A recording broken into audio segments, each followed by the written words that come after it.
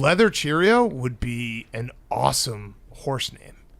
Yeah. Like, could you imagine Leather Cheerio winning the Kentucky Derby? Mm-hmm. On today's Pardon My Take, we have our good friend Ryen Russillo, the start of Mt Rushmore season. Woo! We're doing the Mt Rushmore of things that we'll never do. Things that we'll never do in our life.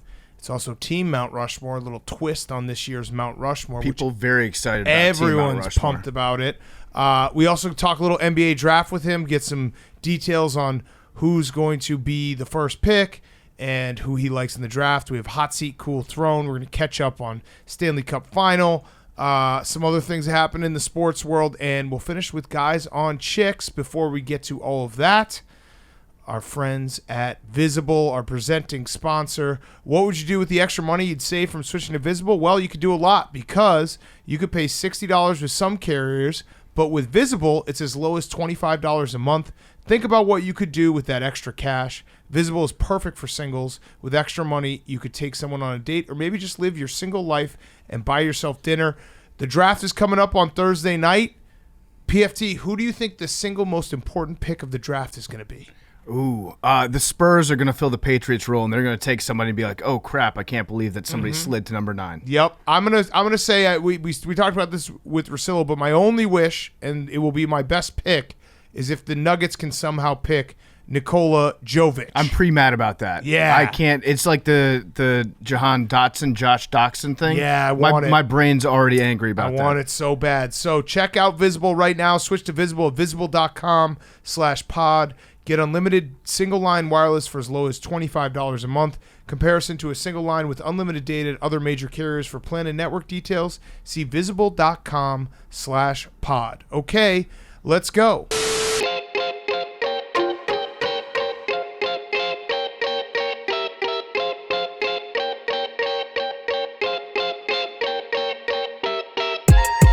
Welcome to Pardon My Take, presented by Visible. Go to visible.com/pod. Get unlimited single-line wireless for as low as $25 a month. Today is Wednesday, June 22nd. And has there been any news with the LIV Tour recently? Yeah. I saw that Colin Morikawa is not going to the LIV Tour. There was a lot of speculation. People were throwing stones ahead of the time, and he is not going to the LIV Tour, even though he may have scrubbed his bio. Max Homa tweeted out embarrassed-faced emoji, money bag emoji. He's also not going to the LIV Tour. We had Matt Fitzpatrick on the show today.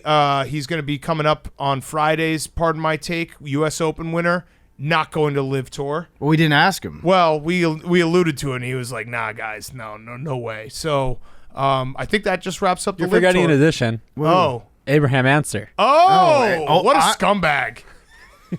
Honest Abe. Yeah. I've been thinking about the LIV Tour a lot recently, though. And laid on me. Well, so we were very mean to Bryson DeChambeau, right? We really laid into him, calling him a fat, steroid-addicted loser that had to pay for all his drugs, and that's why he joined the LIV Tour. But I was thinking about, like, he's a guy with a family. He has to make what's in his best financial interest. And if you want to play the game where you find out where all the money's always coming from, you're never going to be 100% clean. I've decided that we should be nicer to Bryson about his choice. Because really, who's to say if somebody were to offer any of us that money, what we would or wouldn't do? And, especially some of these guys have, like, family members that are playing on this tour. Right, you want to be probably with a family. cool thing. Yeah, just got married. Yeah. Have a family that they're working on. Except for Charles Barkley, he said that he would kill a relative if it meant that he could get $200 million to play golf on the LIV Tour. Wow. Actually, that's good for Aaron Rodgers. They should sign Aaron Rodgers. Yes, he would too. I mean, he's probably, knowing Aaron Rodgers, he's probably running the LIV Tour. So there might have been an addition in someone we know, Brooks Koepka, on the LIV Tour now. What are we gonna do? Well, I feel like we have to act swiftly. Yeah. So I think so too. I think I had an idea. I think that he's a member of the Blake of the Year Club. He is. And just like Jay Moynihan, the president of the PGA Tour, who's coming down swiftly, I think what we have to do right now is suspend Brooks Koepka from Blake of the Year competition upon appeal. Yeah, so we're going to grant him an opportunity to appeal this suspension, and by that he's going to come on Pardon My Take and explain to us, and then we'll we'll reevaluate at that point. Right now, he's still available for Shake of the Year. But we might consider re-entering him into the Blake of the Year contest. But he just needs to explain it to us. So right now he's out. You know what? Credit to us. We just came down. Can we clap? Yeah. You guys clap? Yeah. You guys clap? I think we're addicted We came down very hard on Brooks right there. I feel like we're addicted to suspending people. Yeah. It is great power, isn't it? It feels good. Yes, it is. Yeah, he's suspended. Why are you chuckling like that? Yeah, Hank? you want to suspend it? You want a taste? sussy? You want us to sussy you? Do you guys want to Oh, sussy? shit, you're right. You Yeah, could sussy good us. point. No, it is weird because obviously people know our relationship with Brooks and they're like asking us to have a statement. I don't know. We're not close enough to Brooks to be like, hey, dude, don't do that. Yeah. Maybe I should tell him that. Be like, hey, we as Part of My Take would prefer you not to do this because I think we all agree we'd prefer him not to go to the Live Tour, but we can't control him. No, we Live can't. is live. Live is live. Live and let live. Yeah. And right now it looks like I feel like this is like 3D chess that Saudi Arabia is playing right now. They're driving up gas prices so high. It's tough to not say the yes corporations. to all the money that's promised to them on the Live Tour. If they get gas up to like $20 a gallon, Colin Morikawa is going to go over there too. Yeah. So I'm not a fan of the Live Tour. I wish Brooks had not gone to the Live Tour, but again, I don't know how I can stop him from going to the Live Now, Tour. are they going to give him a new team? Because I don't know. It looks like the teams are stacked. If they make it, what if there's a Pardon My Take team on the Live Tour and we get a cut off it? Yeah, and you guys, the listeners, can suspend us. Yeah. For a couple episodes pending approval. Yeah. Or pending appeal. Yeah, we'll hear our own appeal. Yeah. We'll just take a break. I mean, I said I've been watching the Live Tour since it started. I will continue to watch it. You are a huge Live Tour fan. on I'm the not right a Live side of Tour history. fan. I'm just like, put sports in front of me. If they're entertaining and good golfers, I'll probably tune in. Yeah. Especially if it's free on YouTube. It is always funny though when like I know that people Roger Goodell is the most corrupt, evil human being on planet Earth, and I still watch the NFL. So That's true. Good point. That's it. He is Roger Goodell, Saudi Arabia, shaking hands. Yes. Same people. It is always funny though because like people want us to But like ESPN's say something talking about it. Yeah, but like look, we already said something. We banned him from Blake of the Year upon appeal. Like how could you be? What other power do we have? That's the strongest thing we can come down on. We came down very hard. We gave him the maximum suspension. That is on Pardon My Take. We've never done that before. Actually, it's unprecedented to kick somebody out of Blake of the Year. Now, of course, he does have recourse because he is a member. He's got a union. He's a member of the Pardon My Take Recurring Guest Association. That's true. And so, by the CBA that we've enacted with him, we have to legally hear his request for appeal. Right. So we'll see what happens going forward, but right now it's just a two-man race. Old-fashioned Blake of the Year whenever we get to the Takies this year. It's a two-man race. What do you think happens? It's going to be I just realized it's going to be a lot harder for them to pick ping pong balls with just two of them. That's true. Oh, we're not We're doing gonna have to, I know. we're gonna have to change that up was the this year. joke. That was the joke. What one of about- the worst things we've ever done? That will be on our worst of the year. Who do you think was the maddest? I think it was Blake Griffin. Yeah. Got the most frustrated over the course of the ping pong ball selection. Definitely. Yeah, that will when we run our worst of the year episode, that will definitely be highly featured. Yeah. Because Just run the whole thing. Yeah, we should and just torture everyone again. We should actually Didn't we run edit it down too? Yeah. We should. You know what we should do? I don't know if you can do this, but Executive Hank, you're tight with YouTube. Yes. Maybe what if we could buy ad space on our YouTube video, and the ads are just Blake of the Year ping pong running. So like when you get a break of it, it just goes to an ad. Actually, could probably do that. Okay, great. That would be great. So it's just like you can't escape it. Just make it so that people really don't want to watch our videos. Yeah, I mean, how much money would go to us if we sponsored our own podcast on YouTube? Oh, probably like 80%. can we right? double dip? No, you guys would lose money. No, but we're paying Yeah, ourselves. but only like 20%. Oh, no, we're paying You YouTube. only get a percentage of what you pay yourself. There would be commission that goes off. You'd be to spending YouTube. 100% of your money to receive a percentage. Look at this. back. This guy fucking knows math. That's way better than our This gambling guy- records. This guy knows math. Yeah, but the 100% you have to understand when we pay YouTube. That is a business expense. That's though. a business Write it expense off. and also a sunk cost. So then when we get the money back, ka-ching, Grown cause, yep. ka-ching. It's a loss leader, Yeah. right? Yeah. Do you do sunk costs up on the third floor where Yep. you're like, that money's gone? Yeah. Oh yeah. Yeah. I don't know what that means. We don't have anybody around here like that. That's how I basically there's a lot of sunk costs in my brain when I'm doing finances. Like, I already spent that. How what many, are you going to do? How many more professional golfers do you think have to leave the PGA to go to the Live Tour to have somebody like, I don't know, Jake or Hank's level of golf being like, you know what, I think now I can make the PGA Tour? Yeah, it's going to, I mean, the good news is Max is going to make every cut. Yep. There's no one left. The Max Slam is really, we mentioned it in passing on last part of my take, but that's really a feat that I don't think we ever thought would be possible. Yeah, he's done it. I also Did like. you see the sabermetrics behind the slam? No. I'll pull it up. The real take though on this is like I wasn't surprised that Brooks is going out. His brother's on the tour. I also think like there hasn't been anyone who shocked me. Morikawa would have shocked me because let's be honest, Brooks has battled some knee injuries. He doesn't love playing regular PGA events all the time. He just paid Ludacris to play at his wedding. That's a pretty big business. That's a sunk cost yes, right there. That's a sunk cost. He shows up for the majors. Like all these guys that have gone, it kind of I can see, you know, how it's happening. It's waiting for that one guy who might be like in his early 20s who's got his entire career in front of him. That guy going would be weird. Like a Colin Morikawa. Yeah, that would be. Colin Morikawa would have shocked me. Yes. But besides that, it's like there's so much money that's being thrown at these guys. It's very, very difficult for them to say no. Tough decisions. Okay, so he's suspended. There you go. You know that's print it, put it out there, suspended from Blake of the Year, and I'll then make maybe a press release. Yeah, maybe in small print upon appeal. Yeah.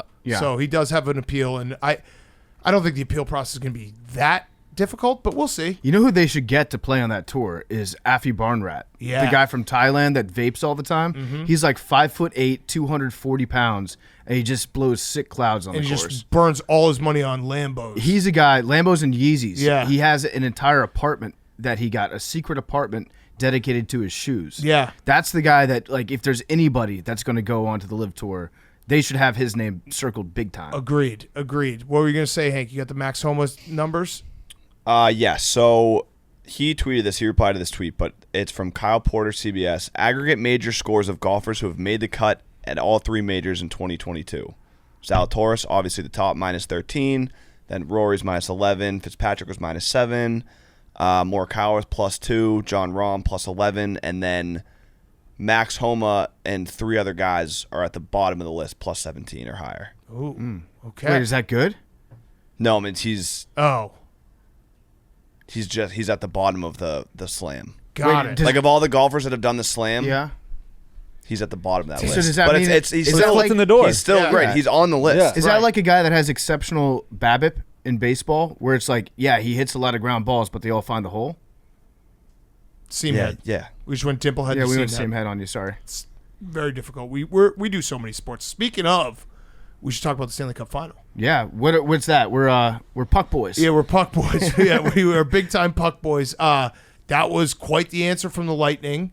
Weird series so far because you just have blowout. You had an unbelievable game one and then two blowouts. Sick league. And now, sick league. And now, did you see the little like gamesmanship that was going on that now has cost potentially the Lightning Kucherov? So in game 2, Saturday night, the Avs were up 6-0, and they put out their number one power play unit just to like run it up. Mm-hmm.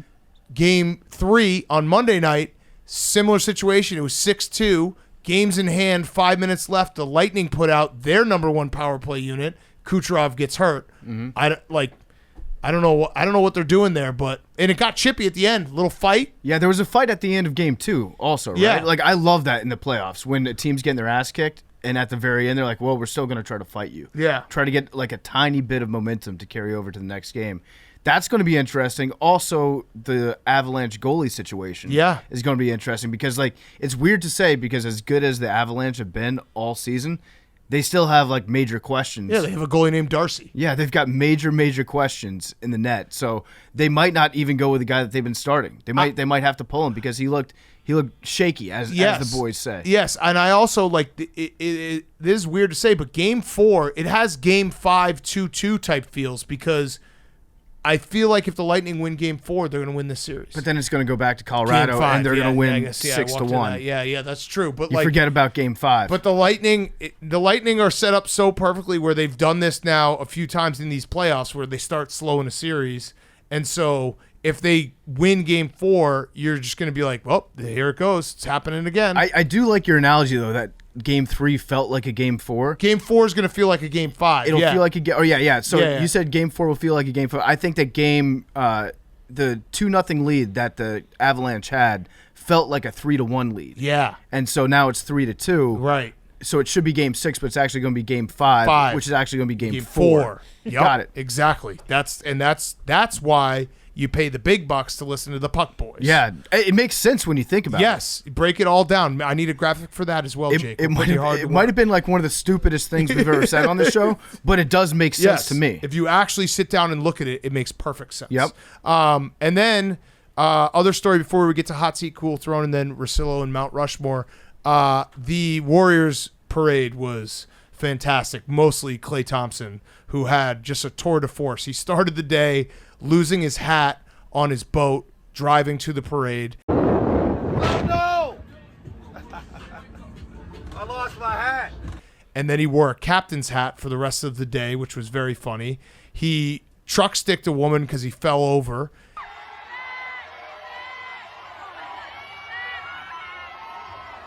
And he then almost lost his championship ring because he went to shake someone's hand and it dropped and it like basically rolled into the crowd. Mm-hmm.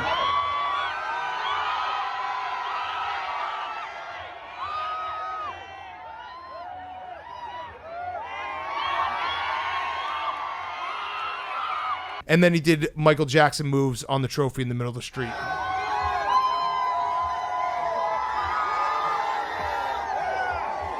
And it was like that. I just love whenever a team wins a title and the players get so drunk. You're like, wow. Like Andrew Wiggins, that was the highest man on earth. That one picture. Did you see his eyes? I didn't see that one. Oh my God, I'll show it to you. It was like incredible to see his eyes. But I like when a team celebrates how we would celebrate if we ever won anything of any note. Not like when a team celebrates it, it's like, oh yeah, everyone seems like they've had a few beers. Yeah, like going back to Tom Brady at that Super Bowl parade that they had where he tossed the Lombardi trophy and he was drunk and being carried out afterwards. That's awesome to see people that usually have their lives put together just completely fucked up. In fact, I'd like to see that in more walks of life, not just sports teams. I want to see like high-powered executives after they have a good quarter, like a good conference call. They go out, they get hammered at the bar, there are cameras all around them.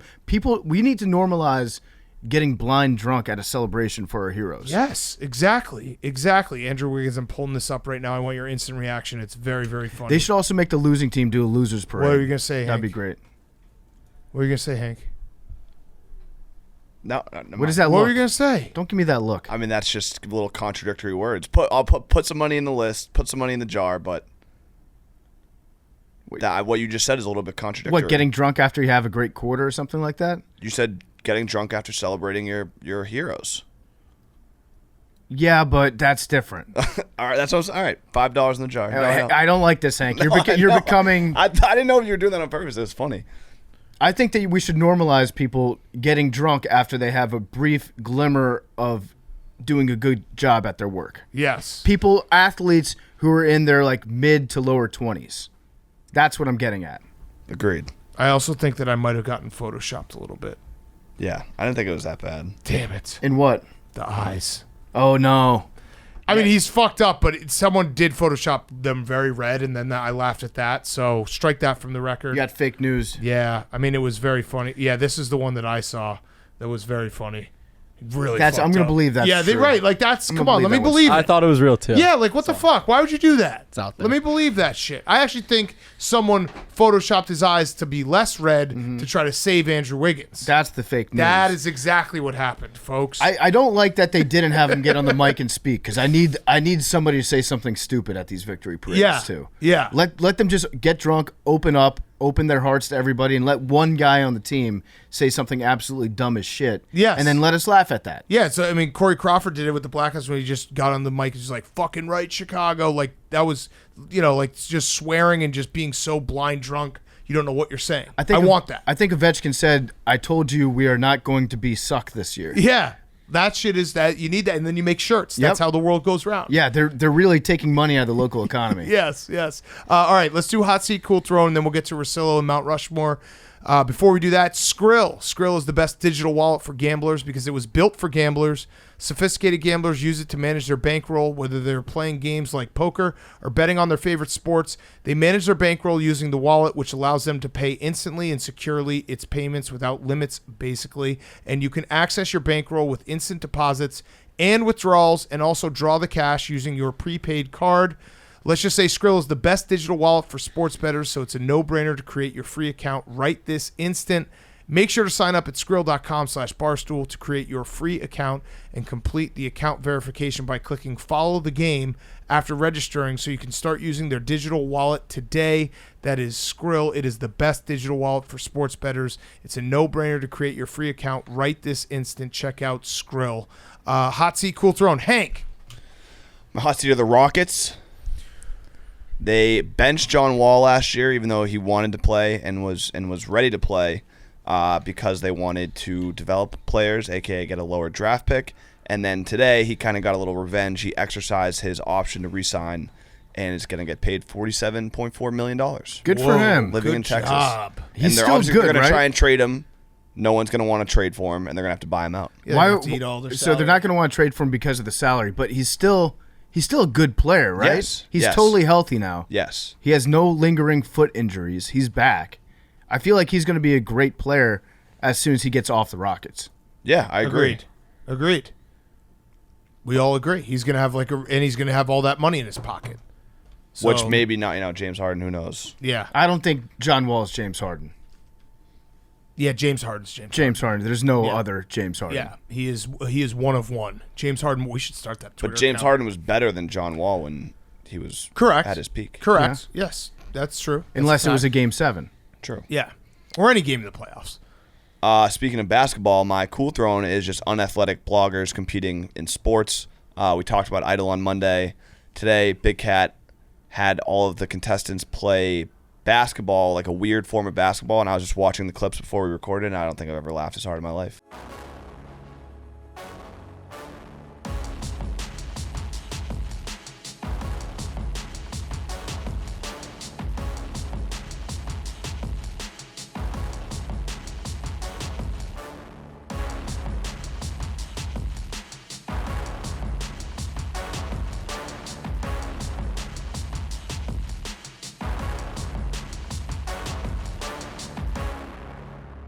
It's just ridiculous. Yeah, so Barstool Idol's still going on. Check out the Barstool Sports YouTube page for the 7 p.m. eliminations. And PFT is going to be, this is going to drop on Wednesday, so it'll be fine. It won't be a spoiler. PFT is going to be doing some stuff on Wednesday with all the contestants. Doing so it's a lot gonna of be great. stuff.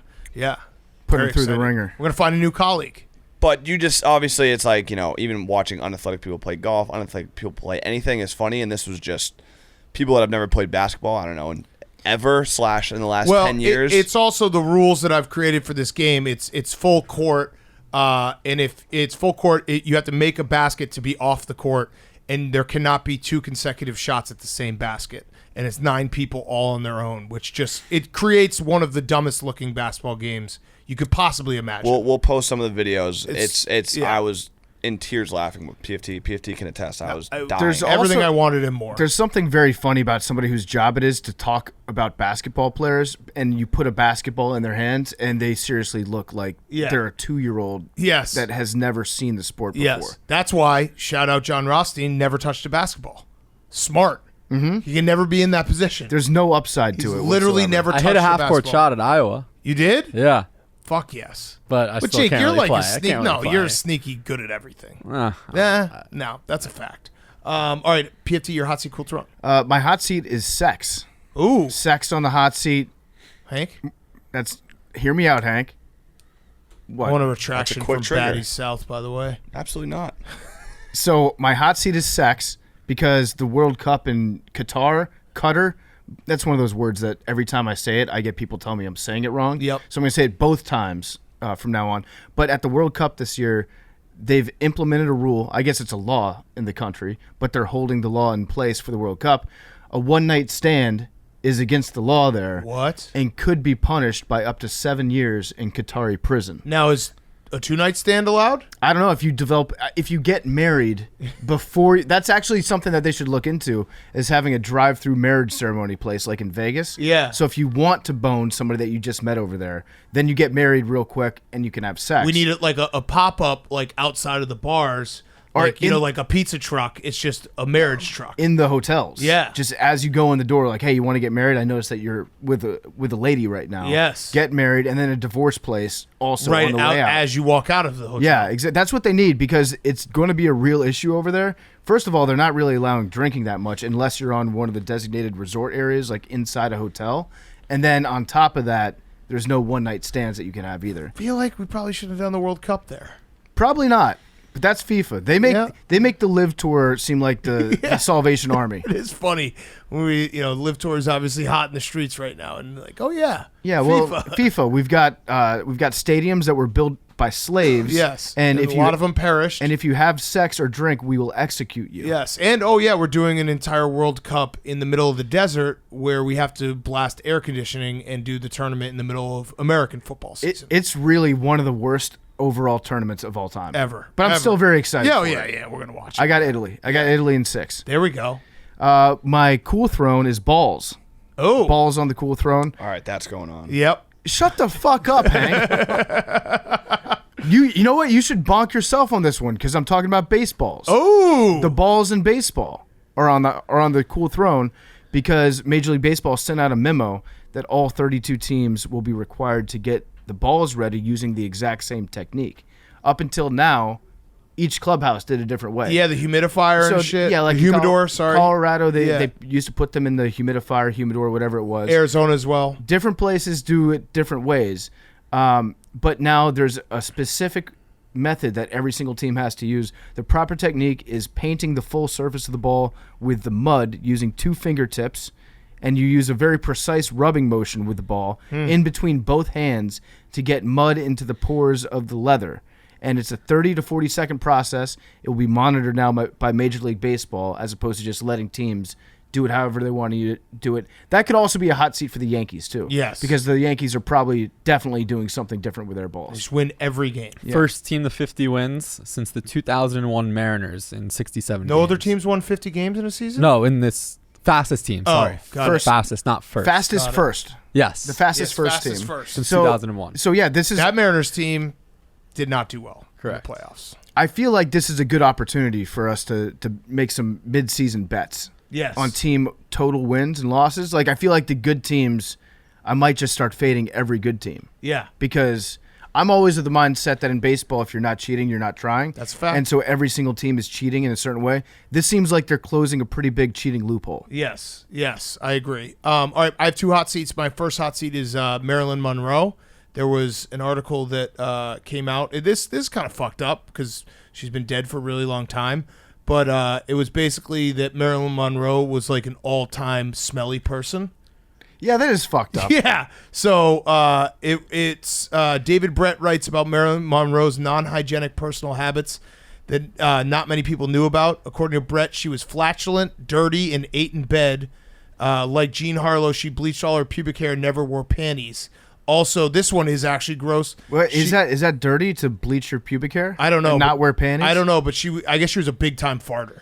She had what they didn't have a term for it back then, but she had IBS, irritable bowel syndrome, and she rarely bathed, slept in the nude, and ate a lot in bed, shoving what was left on her plate under the sheets before going to sleep. I'm fine with all that. That's crazy. And I guess Joe DiMaggio complained all the time about how much she stunk. I'm fine with all that. Yeah. I'm always okay with a new article coming out being like, Hitler had diarrhea since he was 13 years old. Yes. But don't do that to Marilyn Monroe. Yeah, it's kind of fucked. Let her rest in peace. It's kind of fucked. And then my other hot seat is me, and I'm actually going to put the AWLs on the hot seat because I'm stuck now in a spot where we want Kevin Durant on this show, and he just has alphaed me so hard at this point that I need people to start replying to his tweets just saying, go on, pardon my take. I don't know what else we can do.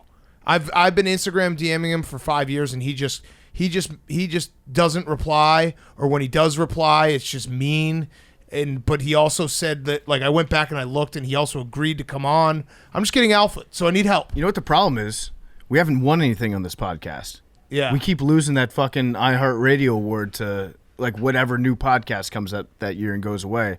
Maybe if we start getting some rings, then he'll be like, yeah, they're an elite team. I want to join up with them. Yeah. And maybe I can help them win something. We need to be better bus drivers. Yes, we do. And then get him on our side to try to cement his legacy as an all-time content creator. He would be so good on this show. I also, when I was looking back, because like he replied to one of my tweets yesterday, so I was like, oh, I'm going to strike up another conversation. He just like saw my Instagram DMs and didn't reply. But I looked back.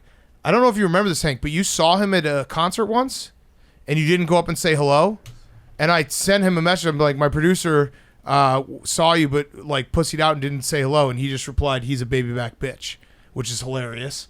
And then another time, I can't remember what was happening. He was getting like, Didn't have to bring that up. he was getting dragged. Oh no, it's when he got hurt. He got hurt in the series against the Raptors when he tore his Achilles. And I said, sorry, bro, hope you're back soon. And he just wrote back, stop being a bitch. I ain't on my deathbed. So like these are our conversations. I get alpha every which way. Yeah, I don't know what to do. I think I'm just stuck. we got to play hard. We should suspend him from the podcast. Yeah. Make him want to come.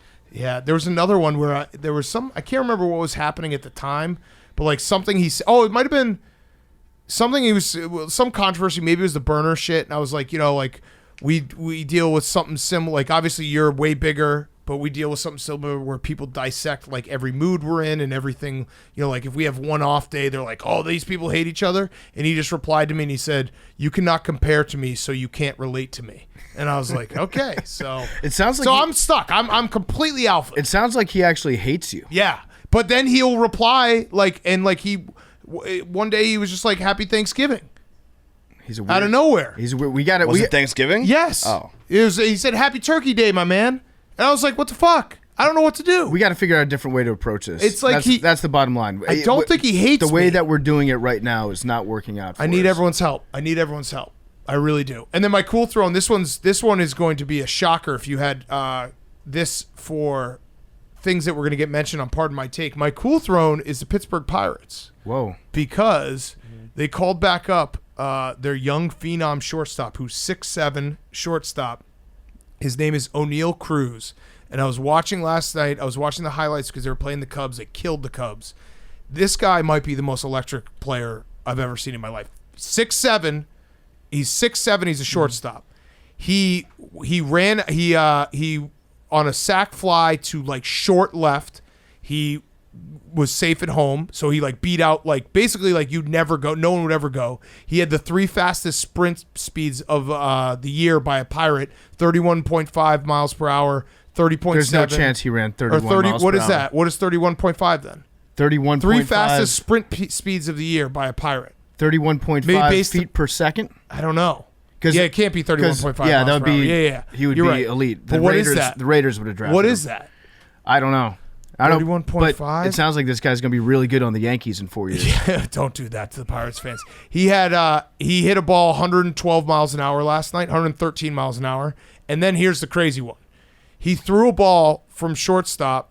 It was the hardest throw by an infielder in per MLB. second. Feet per second, Yeah, okay. yeah. Hardest throw, but he's so fast. Hardest throw by an infielder in Major League Baseball this year. He threw a ball from shortstop to first, 96.7 miles per hour. I saw that one, and It that was it was insane. impressive. Maybe the most impressive part about that throw was he didn't even reach his arm back all the way.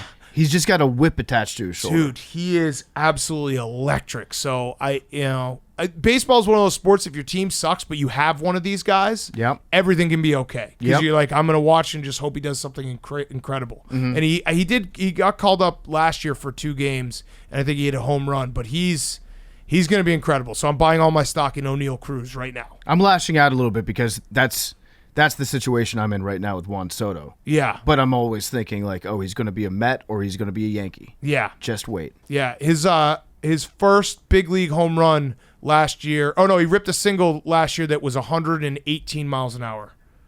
That's on pretty sick. StatCast. He's just fucking everything he does is fast. That's a cool name too. Yeah, O'Neal Cruz is yeah. awesome. And he's 6'7". Like you don't see a lot of 6'7" shortstops. Yeah. Okay, Jake. My hot seat is Duke basketball because despite having an office, despite giving quotes on players transferring, Coach K says he will not be attending any home games at Cameron Indoor this season. Do we believe him? As a fan?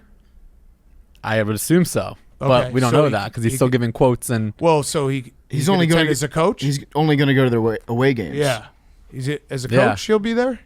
You would maybe think so. Oh, I don't know. It's just interesting how he's retired. I don't know why his name keeps coming up, right? Because he keeps giving quotes and has an office. Oh, that might be it. Is he like outbounding these quotes? He's calling up reporters and be like, "Hey, just so you know, I'm not going to be at the games next year." They're like, "Okay." He's probably getting like a special high-speed telescope built from his office so he can watch the games in his cave live. Yeah, so that's this fucking tough. guy. And then my cool throne is the SEC. So the College World Series is happening. There are 5 teams left: Auburn, Arkansas, Ole Miss, A&M, and Oklahoma. And Oklahoma's going to be in the SEC, so they're pretty much guaranteed a championship. I love Arkansas baseball. They're awesome. And it's mostly just because they are dominating the Jello shot challenge. Oh, yeah. They've got like 20 times as many Jello shots ordered at the bar as any other team fan base does. And they've got that one dude in the stands that wears the over-the-top Oakley sunglasses, which are just such a fucking cool look. Yeah, so there's a bar in Omaha that has a Jello shot challenge. I think every year they broke the record, all-time record, but it was very funny at the beginning of the College World Series because, shout out Notre Dame, they actually put up like a couple hundred. They were not terrible, but it was like Arkansas 1,000 or like 1,200, Ole Miss like 1,100, and goes down the list, and it was Stanford 37. Yeah, of course not. It's so perfect. Of course those nerds It was just weren't one doing guy anything. probably. Yeah, no, I love Arkansas. It's like an entire fan base built out of John Daly. Yes. Yeah, I mean, Muss is our guy, the Muss bus. Okay, good job, Jake. Let's get to Ryen Russillo. Mount Rushmore. We're going to start with the Mount Rushmore, and then we'll talk a little NBA draft on the other side. Before we do that, you got a quick word, PFT? Before we get to Russillo, I want to talk to you about Coors Light. You guys have heard us talk about Coors Light nonstop because we drink it all the time. It's the best beer in the entire world. The mountains turn blue when they get cold. Summer is full of official events like weddings, graduations, and annual 4th of July barbecues. Everyone knows the best parts of summer are the unofficial ones. This summer, Coors Light is the official beer of everything unofficial, celebrating those moments that make summer truly chill. What summer activities or unofficial moments would be enhanced with a Coors Light? Hank. Jumping off a bridge. Jumping off a bridge. Into water. Into water and landing safely with a Coors Light in your hand. I agree. Coors Light is the best beer, the official beer of jumping off bridges safely. There's only one beer out there that's literally made to chill, and that's Coors Light. The mountains on the bottles and the cans turn blue when your beer is cold. We love it when you guys send us your blue mountains. The mountains are bluer this year. Even Bubba can see that. Keep sending us those mountains. I love them. I love the tweets that we get with the pictures of the Coors Light in them. That way you always know when it's time to chill. And summer chill starts with Coors Light. Make the most of your summer with a chance to win exclusive chill merch, fun local experiences, even a trip to New York, Chicago, or Los Angeles. Enter to win at CoorsLight.com/take. CoorsLight.com/take. No purchase necessary. Sweepstakes ends 8/15/22. Game ends 9/16/22. 50 USDC. 21 and over only. Void where prohibited. For rules, visit CoorsLightSummer.com. Celebrate responsibly. Coors Brewing Company, Golden, Colorado. Now here is Ryen Russillo. Okay, we now welcome on our very good friend, Ryen Russillo. We haven't talked to him since the NBA. Well, we actually had you on for Firefest for Chris Paul. Have you gotten over that? We're going to do a Mount Rushmore. We're going to talk some NBA draft, but let's start with Chris Paul. Have you gotten over it, and why haven't you shown anyone my gift to you? You know what? I meant to tweet that out, but I wanted the fathers to have their day. I didn't want to make it about our relationship, so I should tweet out the gift that Big Cat was very thoughtful in sending me. And the thing is, I know the truth. This is like X-Files over here. I know the truth. I've been over the Chris Paul thing. I'm good to go. I can't wait. Suns in 6 next season.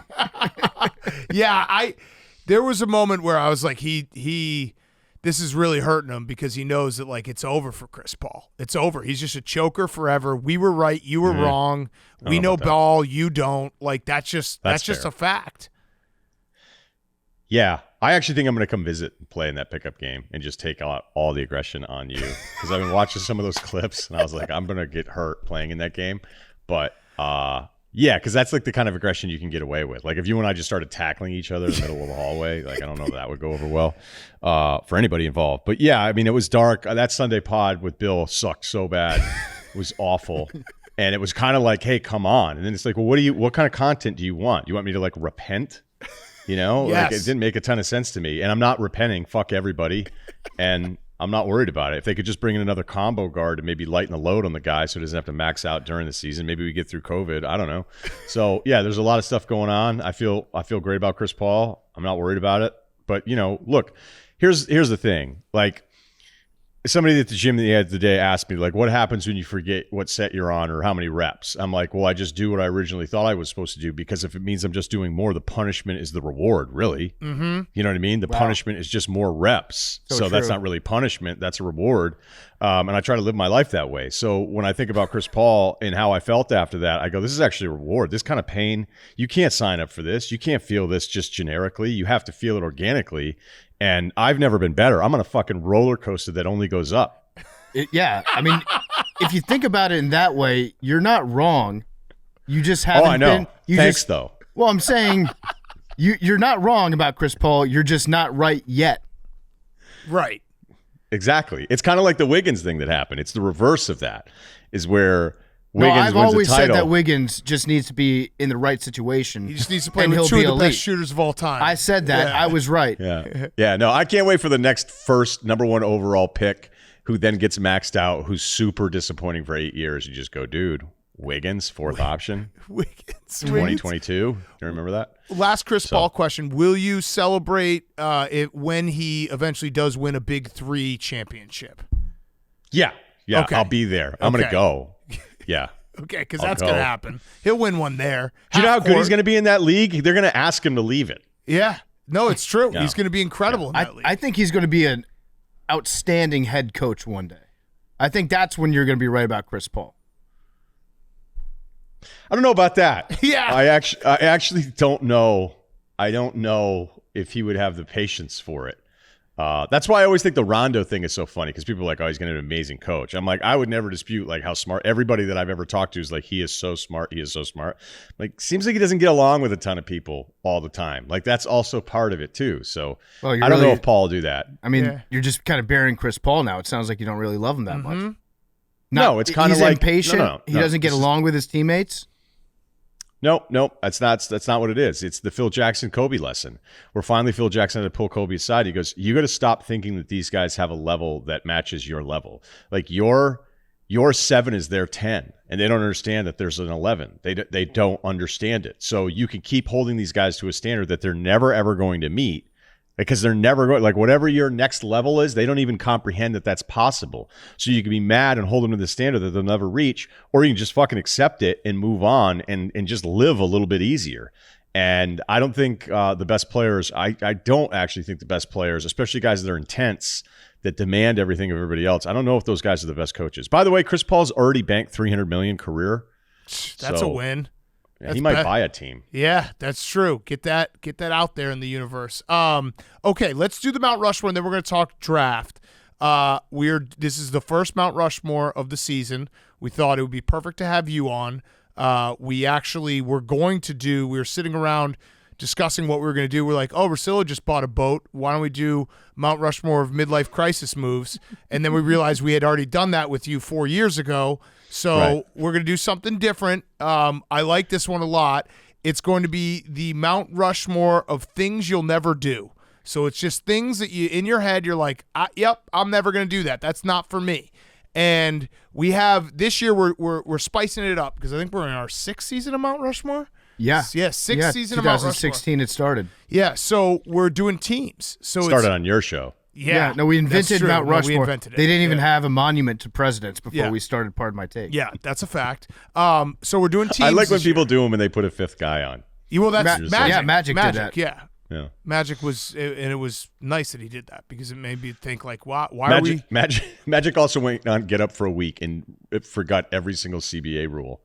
Mm-hmm. But anyway, That's Magic. Okay, so we're doing teams. So it's PFT and I versus Hank, Liam, and Jake versus you. So it's Team Mount Rushmore this year. We're trying to do something a little different. We were gonna have it. wow. Yeah, we were gonna Good have it fantasy be draft. We were gonna have it be Jake and someone else who's not here right now. So we had to do a little on the fly. There's a 3-man team that we're going up against. Somebody die? Yeah, somebody is no longer with us. Their right work now. ethic did. Some guy that can't really bench that much. He will remain nameless. Mm-hmm. You mean he like rounds up to motivate himself or lie to the public and then talks about somehow using 2.5-pound plates that nobody ever uses unless you're like doing Olympic stuff? Hypothetically, that guy. that's the guy. Yeah, that sounds familiar. Okay, so do you want him? Actually, like, honest question: do you want Billy? No, I don't. I'm not even asking for a trade. I know the timeline of events. I know everything. I read 30% of what he posted the other day because I do really like him, but he doesn't get it. I can already tell. You don't get it. Like I was talking to, it came up in conversation. Let's put it that way. Yeah. And it would be like me being a sophomore at UVM and then spending my summers working on Pardon the Interruption, and then graduating and Pardon the Interruption being like, "Do you want to be the guy?" And then at 23 being like, "Fuck, this is hard." And you're like, actually, you were part of like early 2000s when the show started, which is a couple years after I graduated. Like, to then think, man, like, I don't know. I love the kid, but I don't think he truly understands how amazing his opportunity has pivoted into had this important, like, #1 sports podcast platform. It's unbelievable. But I don't know that you can be that young and fully appreciate it. And I don't think he does. That's my opinion. The funny thing is, like, Billy will listen to this and he'll buy in after hearing you say it. Yeah. Because he respects it. He respects your mass. I don't know that you can understand it until you're older. So I'm not even being critical of him. You know what I mean? It's like the whole point of getting older is that, we already were 23, right? Mm-hmm. When you've only been 23, that's why old people hate young people at work. Guys that are in their 20s that think that all the people that are 40 in the corner offices, you work in finance, they respect you. They can't stand you. Mm-hmm. Yeah. Most of them think your fucking ideas suck, and they're mad that you don't stay hungover for 3 days, and that there's some hostess at some new Mexican place that likes you, and he's frustrated and hasn't had sex in 3 months. I love that. So a lot of those guys don't like you because they also realize like they already did it. They did it at 23. They did it at 24. They got a bunch of years. So I'm certainly, I love the kid, but I don't know that he truly understands the rocket ship that he got a ticket to that almost nobody else did. And I think it's hard to process it unless he hasn't experienced anything else. He's making, I think, more money than I did right his first year out of college. He's making more money than I made at 31 in my second year at ESPN. Yeah, easily. I love your hyper specific examples too. You could have gone with like Mexican restaurant. Yeah. But you said New Mexican. That's where you're the best. That's what you learn in your 30s to tack on those details. Yeah, because when it's a New Mexican hotspot, everybody's going. Yeah. Yep. Gotta try it. Have to try it. Okay, so let's do it. Let's hop into it. Ryan, that was a lot of stuff. Sorry. No, that's okay. I really do think it's good if Billy hears it from someone else besides us, because God knows he's tuned us out. So. Well, imagine me a couple years out of school. I'm making good money, and I'm on Pardon the Interruption, and I'm telling Tony Kornheiser that he doesn't fully get it. That's exactly. Yes. Thank you. Thank you. Good.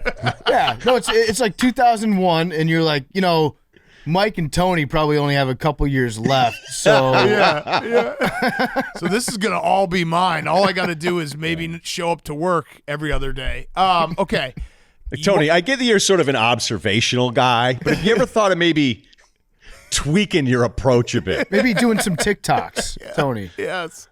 Okay, so why don't you start? Why don't you kick us off? Hank, would your team like to go second?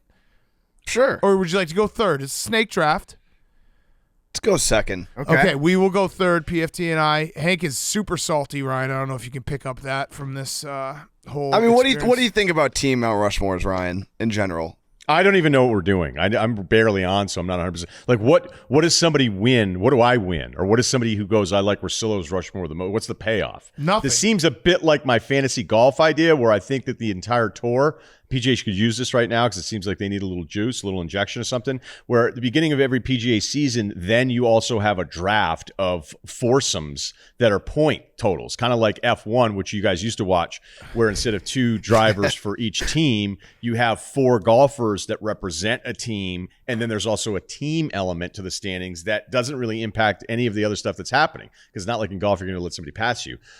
So that was something I always thought should happen, and now this sounds like a rant about golf, but I don't understand it, Hank. So I'm kind of with you. It could just be our Northeast ties and the fact I still haven't done that that free cameo video for you. Oh no, That's true. what happened? I still think Ryan's trolling me. I actually forgot about that. But yeah. Can you explain? I told him twice. Well, I didn't know. Like, all right, so this is where I got confused. Hank's a busy man, Ryan, right? like, he's a great satirist. Like, he's very What? tongue in cheek. What is he?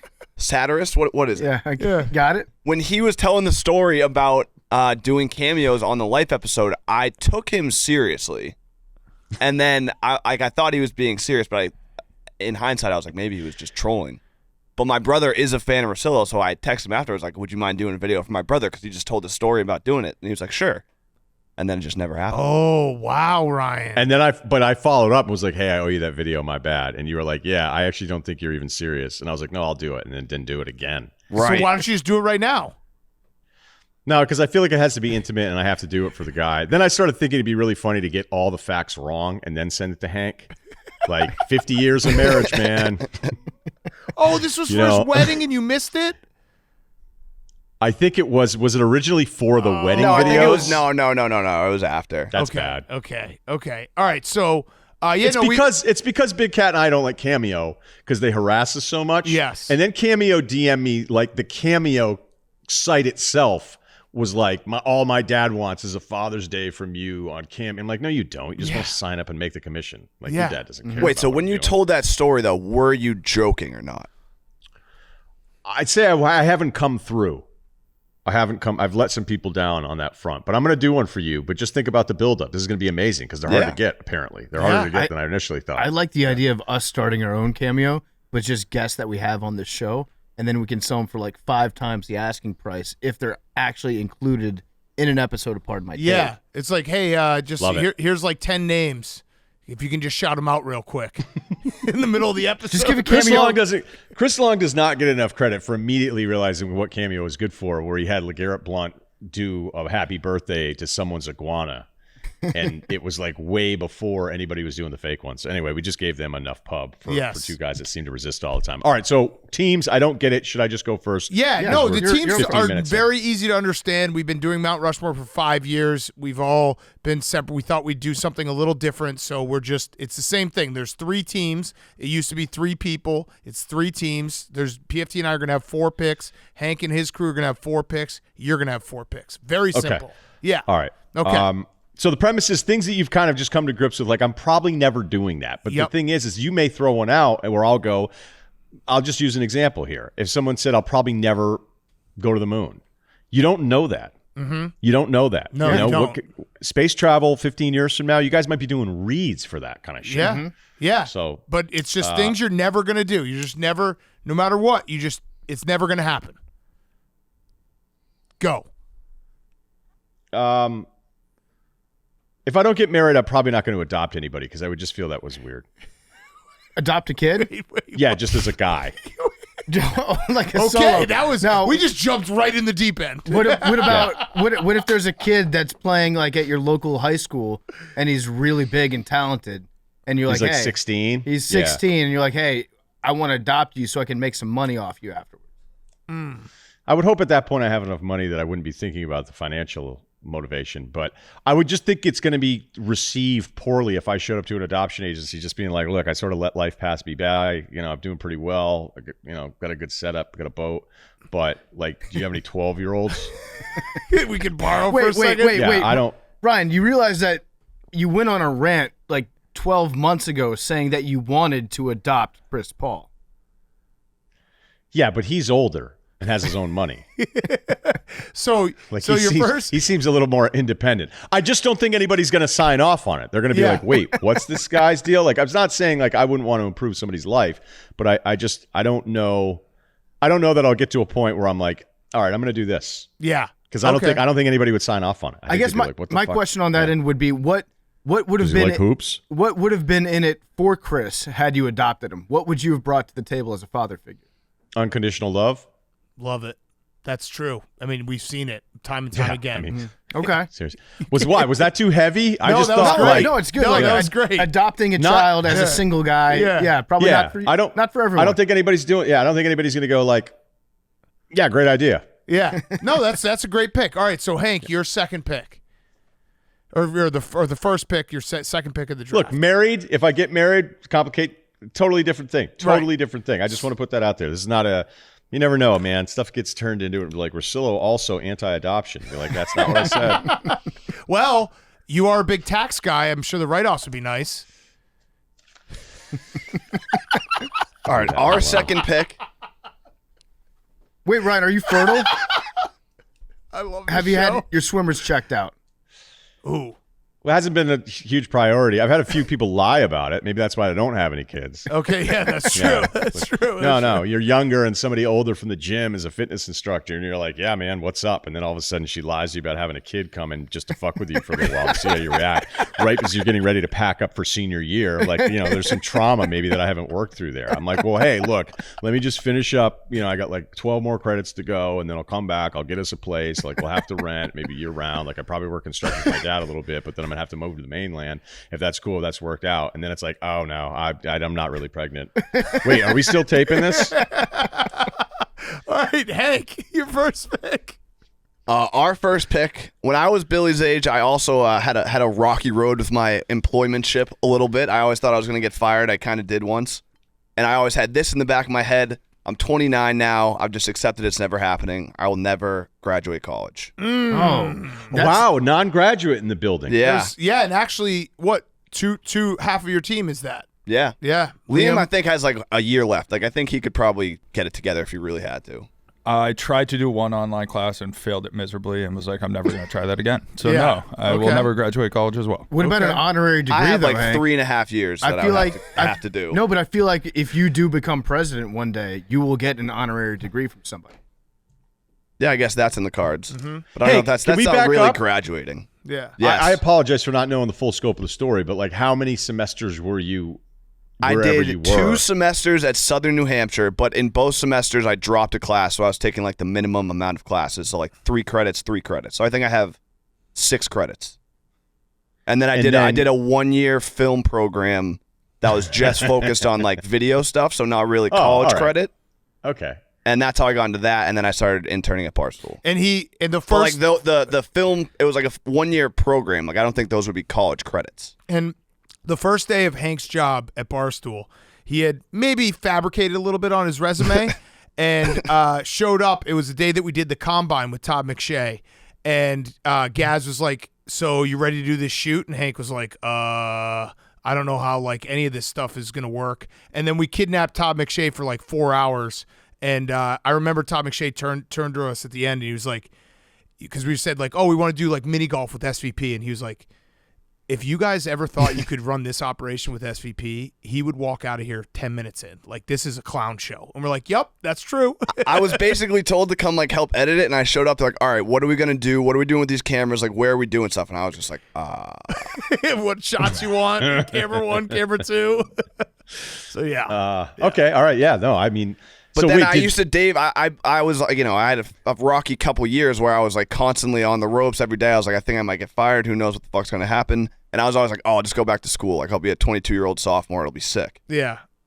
So Probably not going to do that. yeah, now. not gonna do it. That's fine. So me and Big Cat took this a little bit differently because it's both of us agreeing on. We had to throw out certain things That's fine. on Yeah. our list Yeah, it's not that whatever. we knew the other person might have a chance at doing. Yeah, like I said, like, Oh, should see, we? that's not how we're doing it. Yeah, 'cause see, PFT and I collaborated. It's a team. because it's a team, and I was like, should we put like dunking a basketball? And PFT was like, I might dunk a basketball someday. And then PFT close. threw out there getting drafted by a professional sports team. I was like, dude, you're a kicker.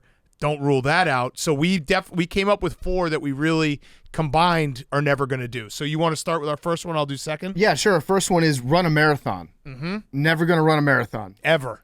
It's just never going to happen. I almost became the first person in history to run a half marathon, never tell anyone about it. But then like 3 days into training, my back kind of hurt, so I stopped training for it. What if it was someone's dying wish? Nope. Nope, not going never. to do it. A Never gonna marathon do is it. insane to do. It's Yeah. nuts. It's so boring in the first place. It's like, what, it's so boring. 5 hours to run this thing? What if you're on a tandem That's bicycle? called walking. But Yeah. And it's also like one of those things where I think in your 20s, you have that idea of like, yeah, maybe someday I'll run a marathon. And then you just kind of wake up and you're like, wait, 99% of us are like, no, we're never, there's nothing you could do to get me to run a marathon. The only upside I can think of to running a marathon is that afterwards you get to eat whatever the fuck you want. And before. And Carb right loaded. before, Yeah, the carb night loaded. before, and then right after the marathon, here's my problem. If I ever did run a marathon, I guarantee you I would get fat as shit right after because I'd still have the mentality, I just ran 26 miles. Yeah. I can do whatever. And over the course of the next month, I put on 50 pounds. And you're a douchebag if you run a marathon. Let's just be honest. You can just buy the sticker for free. Yeah, you could just work out like a normal person. Yeah, well, the marathon thing's interesting because I too find it so boring. The training's boring. I ran long distance for 1 year in high school just because I was like, I'll do this, and I was like, to get better, I just have to run longer to get better at this distance. I'm with you, man. And the thing is, it sucks because if you train, you have to tell everybody. Yeah. What's the longest distance you can run and still be a normal person? I think it's 6 miles. I don't know. I don't know the answer to that. Yeah, but the training, you're right. You have to tell everyone. All right, our second pick. See, I love the team thing because Hank and I could have just picked, I make a video for Hank's brother. That'll be something I never do. All right, second pick. This is another one where it's similar to marathon. It's just like there's 1% of the population that does this, and the 99% of us that are normal people will never do it. It's own a snake. I will never own a snake. I like that one. People who own snakes, good stuff. Fucking weirdos. Again, I will never, ever, ever in a million years own a snake. PFT agreed. That was a firm yes for us. Just like that, I can't possibly, because like this is a thing where you have to like run through the scenarios in your head. Like, could my kid be like, I'm big into snakes? No, you're not. You're not. We're not having a snake in our house. Yeah, right. Like, there's nothing that would ever get me to own a snake. The only thing that is a possibility in the snake, and this was a much bigger likelihood like a week ago, if somebody who will not be named had a snake and then died and left us the snake in the will. No. I would just, I'd kill the snake and put it in the casket. No question about it. I wouldn't even kill the snake. I just put it in the casket alive. Yeah, that'd be fun. It always ends up being a problem. We had a roommate, in a house that we lived in, had a snake. It was fun. Party favors. Guys smoked pot, and then, girls would walk around with it, which was kind of cool a little bit. But then it disappeared, and we found it dead in a VCR slot, So yeah. Don't own a snake. All right.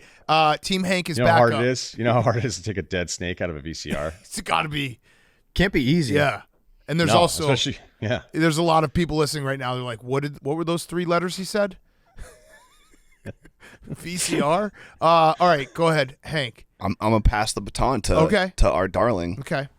So I had marathon as my 1-1 as well. So you guys got me good. Oh, good board. This next one, it could happen, but it would be, shucks, reverse jinx, win the lottery. Oh. Okay. Like, that would be a shame if I'm wrong about this. Or 50-50. Yeah, see, I am going to win the lottery at some point. Yeah, I don't understand why you'd even go with that one. Are you playing regularly? Why would you ever limit yourself? Why would you? Because every time you think you're going to win, it's just never going to happen. Yeah. Well, the odds aren't great, accurate, but I don't.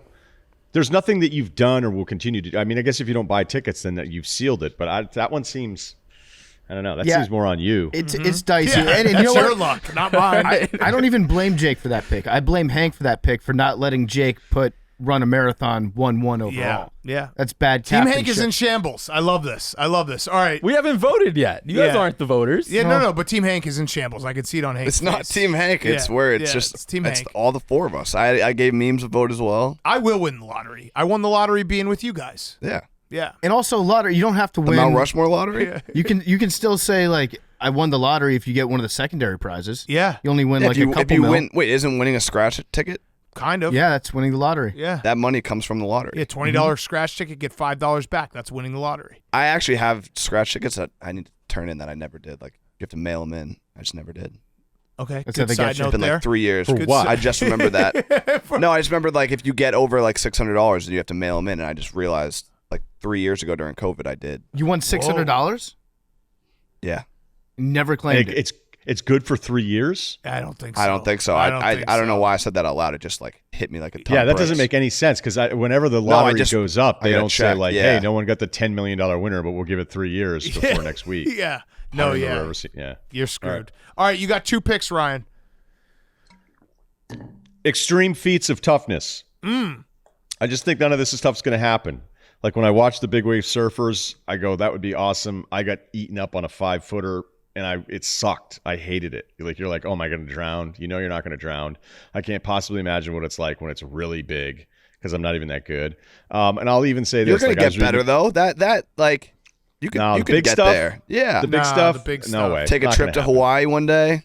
No, lung exercises. Good like, conditions. Who the fuck am I kidding? Yeah. I don't think that's going to happen. And then I'm just going to throw in 2 others that I think are under that umbrella. So this is still just one pick. But like whenever I was reading some story about this business transaction the other day where this guy was sort of a bully, but he was bullying the wrong guy. And the guy closed the door on him very much, Bronx Tale style, and was like, look, you want to get into this? We'll close the door and we're going to see who walks out. I love that idea.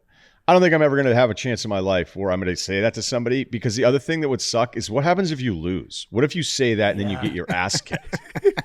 But That's it is even worse. badass. It is badass. It's a badass thing to say, but like, where am I going to be where I get to actually do that?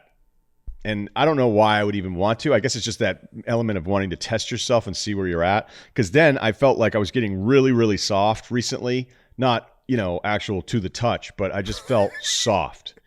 And I started looking up like these extreme outdoor, like test yourself type things. And I was like looking at the itinerary of what it was. And I was like, I don't know, fucking Anthony Edwards is so much fun to watch right now.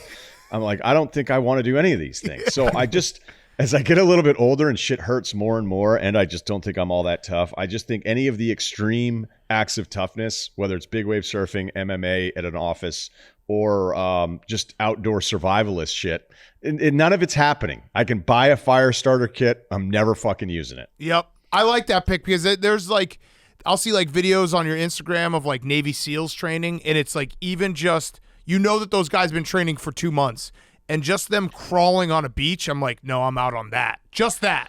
When I jump into the water when it's cold, I think about those guys in San Diego. Yep. And I go, oh, it's a little chilly for you. Yeah, right. It's a little chilly for you jumping in. It's like, okay, how about get self-induced hypothermia rolling around in the sand in this water with logs for the next 2 straight days? How about you do that and then talk about how you want to kind of dip in slowly to the ocean? So I'm so annoyed with how soft I think deep down I really am, which I shouldn't admit. Where do you stand on these adventure races? Ones where you go out and you just like climb over a bunch of walls. It's like a 3-mile course.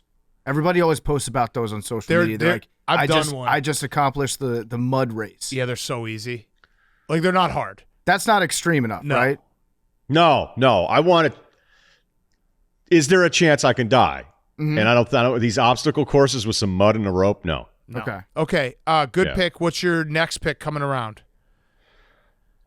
Same Instagram deal. You'll see some picture like, that's amazing. And then I'll look on the map. I'm like, oh, the northern tip of Sri Lanka, that might be really interesting. And then I'll look at hotels of I got to start eliminating some of these places. I'm never fucking going there. I'm never going. So stop being enamored by some awesome post. There's some great places in the world. Antarctica just seems out for a million reasons. Yep. Throw the South Pole in there. I don't think Russia would be hot on Instagram right now. Be like, oh, Russillo went to Russia. Figures. Yeah. So no, not doing that. I think there's parts of China I'm never going to see. So I've been to a bunch of places, but this whole idea of this grand adventure, and I actually finally live, like, it's a little different when I was at Hartford and I'd start daydreaming about visiting all these places. I think you need to start coming up with like an elimination list of stop looking at places on Instagram where you're like, even this little village in Oslo, it's north of Oslo. I'm never going to fucking go there. Great picture though. It looks like a nice little town. Do you know what's funny? PFT and I had Antarctica on our list, and we kind of talked ourselves into maybe stumbling in there sometime. How does that happen? Walk me through it. You never know. We never know. So I could find myself in Argentina someday, right? And I might totally reasonable. I might go out. Listen, I came very close to going to Argentina twice in the last 5 years, and that's good enough for me. That's why you can't put it on the list. So, it could happen. Yeah, basically were in Argentina. I was basically broken hand. So many of my good friends went to Argentina, and I could have gone with them, and I could see myself, one night having a big steak dinner, drinking a little too much Argentinian wine. And then they're like, hey, we found this deal. You just take a boat and it takes you to Antarctica for a day trip. And then you come back. And I could see myself getting talked into that and going on that trip. Now, it's not likely that it's going to happen, but it's not 100% not going to happen. Yeah, we didn't cross it off. It's not 100%. See, I like that. I mean, look, and Argentina loves kickers. They do. Mm-hmm. They love short guys with shaggy hair that used to play soccer. That do cocaine. They love guys like that. Yeah. I'm surprised you don't pod from there a couple months. Listen, I just think that if I can find myself within one late night of getting drunk and making a bad decision of doing that thing, then that is kind of off my list. And Argentina is close enough to Antarctica where I might end up there one day. Yeah. Yeah, I think this is the whole exercise here. Maybe a little more complicated than we thought, but there's just a lot of things. Like I was going to put seamstress. Well, that would I'm require. probably never going to learn how to sew. And I know they pushed it on us back in my day when we were 8th grade. You're like, you're going to need to know this stuff. You're like, probably not. Probably not. It also requires sex change for the seamstress part. Oh, the seam. Yeah. So what would that be? Seamster? Seaman. Yeah. Did you guys just make that up? You'll never be a seaman. How about this? I'm probably never going to know how to sew really well. Okay, that's fair. Yeah. That's a good one. It's an outdated skill. Maybe it's on the way back. Yeah. All right, Hank. Team Hank. Phantom thread. This one is from Bubba, but I think it's something that everyone here can relate to. It's get another show on ESPN. Ooh, that's a good one. That's very relatable in this room. That's 100% never going to happen. Yeah. Maybe everybody on this podcast. I'm including you in that. Yeah, that's a great pick. That's a great pick. Okay, Ryan, what would it take for you to go back to ESPN? Support. I would never say never do it. I mean, it's still, but it would have to be like, hey, we actually, we know you're really good and we're psyched about it. Yeah, I'll say never. That's it. Never. Yeah. You can say never. Yeah. Okay. PFT, you want to do our next pick? You want me to do? I'll go. Our next one is move to St. Louis. It's just never. We tried to figure out this one city in the United States that we would just this is it. have no reason to move to. I tried to do it today too, and granted, there's a lot that you're not going to. But all right, so let me stop interrupting because I want to know how you got to there. We were actually threw it out there, and we're like, because we toss around the Live Tour because it's hot in the streets, and we know that that's not a no for us forever. But then we were like combined it, and we're like, what if the Live Tour was headquartered in St. Louis, and they offered us $200 million each? Would we move there? And we're like, nah, I don't think so. Like if that's bullshit. No, for $200 million. I mean, I know so. the pod does well, but give me a break. No, Ryan, in your 30s, you wouldn't move to St. Louis for $200 million a year. That's a lie. No, that's a lie. I just re-signed for double that, Hank. I don't need the money anymore. If they said Indianapolis, I'd be like, I'm in. But St. Louis, no thanks. Yeah, name any other city. Detroit? Yeah. Yeah, I go to Detroit. Hartford?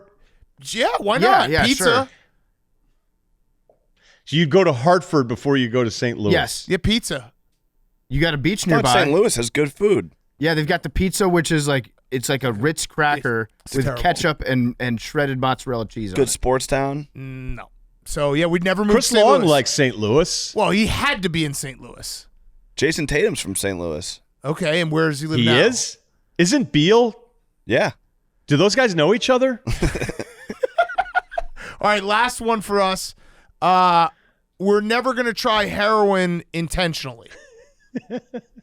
Yep. I'm never going to go to a dealer and be like, I feel like it's a smack day. Yeah. I had this one. Yeah. So, but we're not unintentionally. We don't know, but Yeah. intentionally, we're never going to try heroin. You always hear about the horror stories, the reefer madness stuff. Where like, oh, a drug dealer laced your cheap drugs with a much more expensive drug, and that freaks you out a little bit. But like, who knows? Like somebody sprinkles something on something else that we try to buy. But intentionally, I'm surprised. No. I'm surprised heroin isn't bigger in nursing homes where people are just like, "Fuck it." Oh, Yeah. dude, Apparently, I've said if I turn 100 years old, I want to. Actually, now I'm talking myself out of the pick. If you're never doing that though. If I turn 100, I wouldn't mind going out on a big batch. Yeah, but we're never going to do it intentionally. There was this. This sucks, but there was a regular who used to show up to one of the bars I worked at, and he was always a little off, and he would like dress up, and he eventually just opened up to us that he was a recreational heroin user, and that all the cliches, the stigmas are all bullshit. He's like, as long as you have it in check. Yeah, that's He's- a he- recreation. he- that doesn't seem right. like the correct sentence. Yeah. He stopped showing up. Yeah. So we're never doing it. Never. It's never going to Yeah. do it. That's a good pick, Okay, right? good. That's Yeah. good. This is like a PSA for everybody. Too, Never, that's on ever. the fence. Not Yeah. even once. Not even once. All right, Team Hank, last pick. This is kind of similar to Ryan's Instagram travel destinations thing, but I always loved watching these videos when I was a kid, and when I was younger, I was like, I'll definitely do this eventually. I don't know how, but I've kind of just accepted it's never going to happen. It's the wingsuit diving, like Yeah. not parachuting, but the actual like jumping off the cliffs and like riding with the cliffs. Yep. That, I mean, you have to do like a million jumps. You have to become like a pro jumper. Definitely gonna hit a rock. Yeah, like I'll definitely hitting a. I've never even gone Everybody hits a rock. skydiving once. Yeah. I'll probably go skydiving at some point, maybe eventually, but I don't think the wingsuit will ever happen. That's a good choice because I don't think they even let you wingsuit in a safe environment. Like nobody ever jumps off a cliff into a giant valley and then just pulls a parachute. They always have to like follow a river and go in between trees and rocks and shit. There's just no upside to it. None. I gotta say though, some of the footage on the wingsuit adventures, I think it's a bit like the mountain bike on the trail with the fisheye lens on the camera, where everybody goes, "Oh my God, would you do this?" Or like, "What's the light?" And then you go, "Yeah, a lot of that's the camera angle." So sometimes the wingsuit footage. Look, I'm just telling you, Hank, it might not be out of the realm of possibility because I think some of the wingsuit footage is shot from an angle that makes it look even more dangerous. Like when they're in some ravine between two mountain ranges and they're just going through it. I think there's more space in there, so I wouldn't rule it out. Do you guys, I know the guidelines have changed on Instagram, but I think it used to be that like there was a thing that said like, do you want to view this like someone died? Would you guys watch it? Or is that just me? I've seen crash videos. Yeah. I would watch it. Yeah, I watch those every time. It almost like I don't when somebody sends me somebody fucking themselves up at the gym, I hate it. Oh, I love hate it. I skip all of them. I don't like watching any and like so rock climbing with the ropes, not without the ropes, but like rock climbing when they like fall off. Yeah, I love that smash shit. into the side. Oh, the best. You love that? Oh, I love it. Because I know I'm never going to be in that spot. That's another good one. I wouldn't mind buying some rock climbing equipment. Doubt I'm going to do it, and I'm definitely not going to free solo. I'm just too big.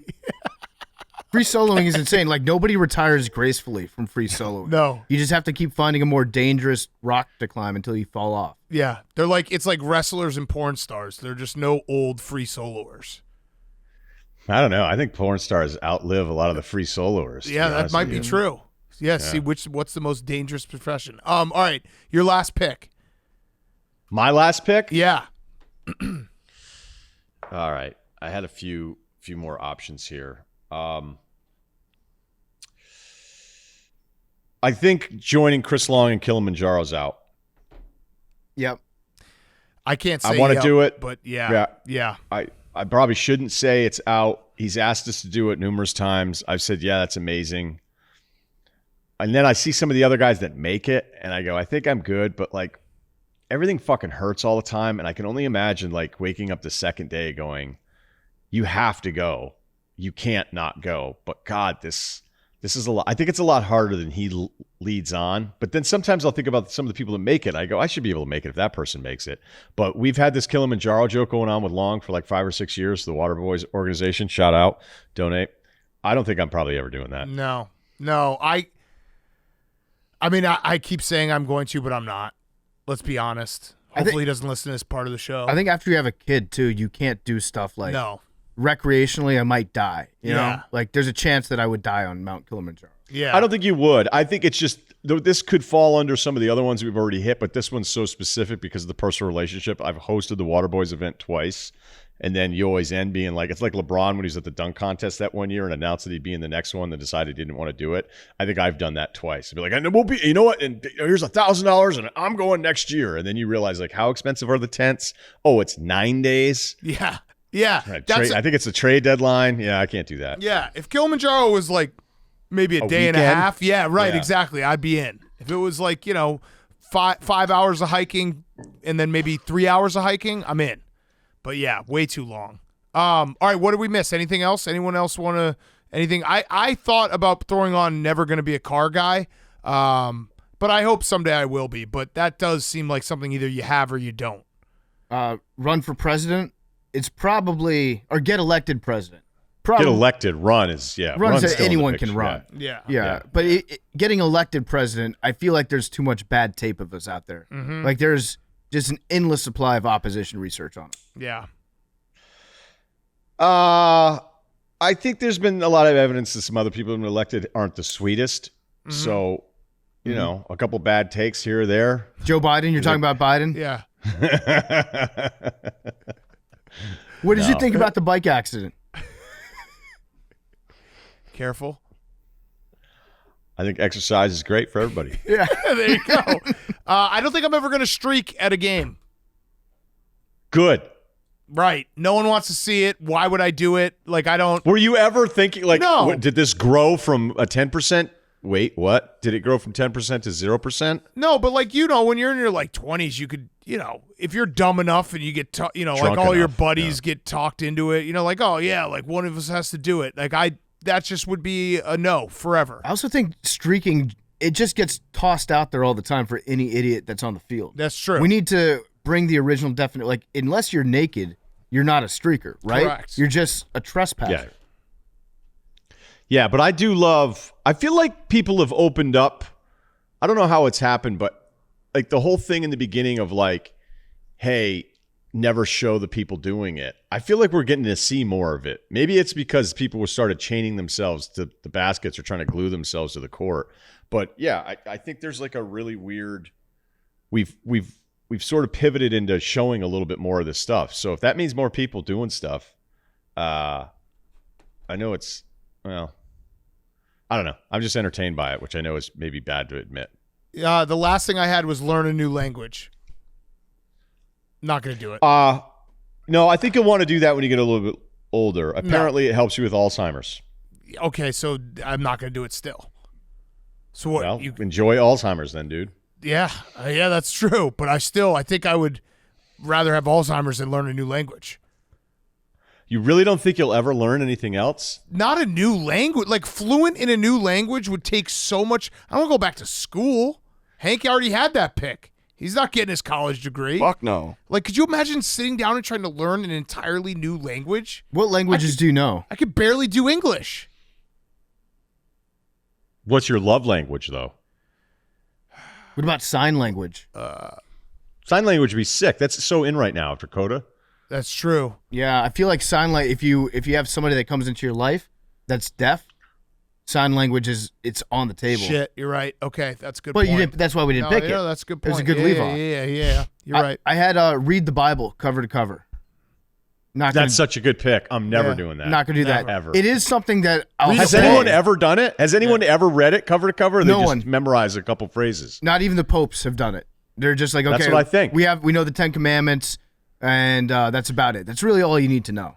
Yeah, and by the way, like font size, like A lot of plot holes if you go through the full thing too. True. Absolutely. True. If you wrote that today, there'd be some producer would be like, I just don't. A little I think the unorganized. the main characters are just not well rounded enough. Could the bush explode instead of just kind of smolder for a while? Some C4 in that. Michael Bay does the Bible. I would watch that movie. Yeah, the Bible, a Jerry Bruckheimer joint. Yeah. Oh, That would so be wait a sick. minute. So the men are all the strong characters?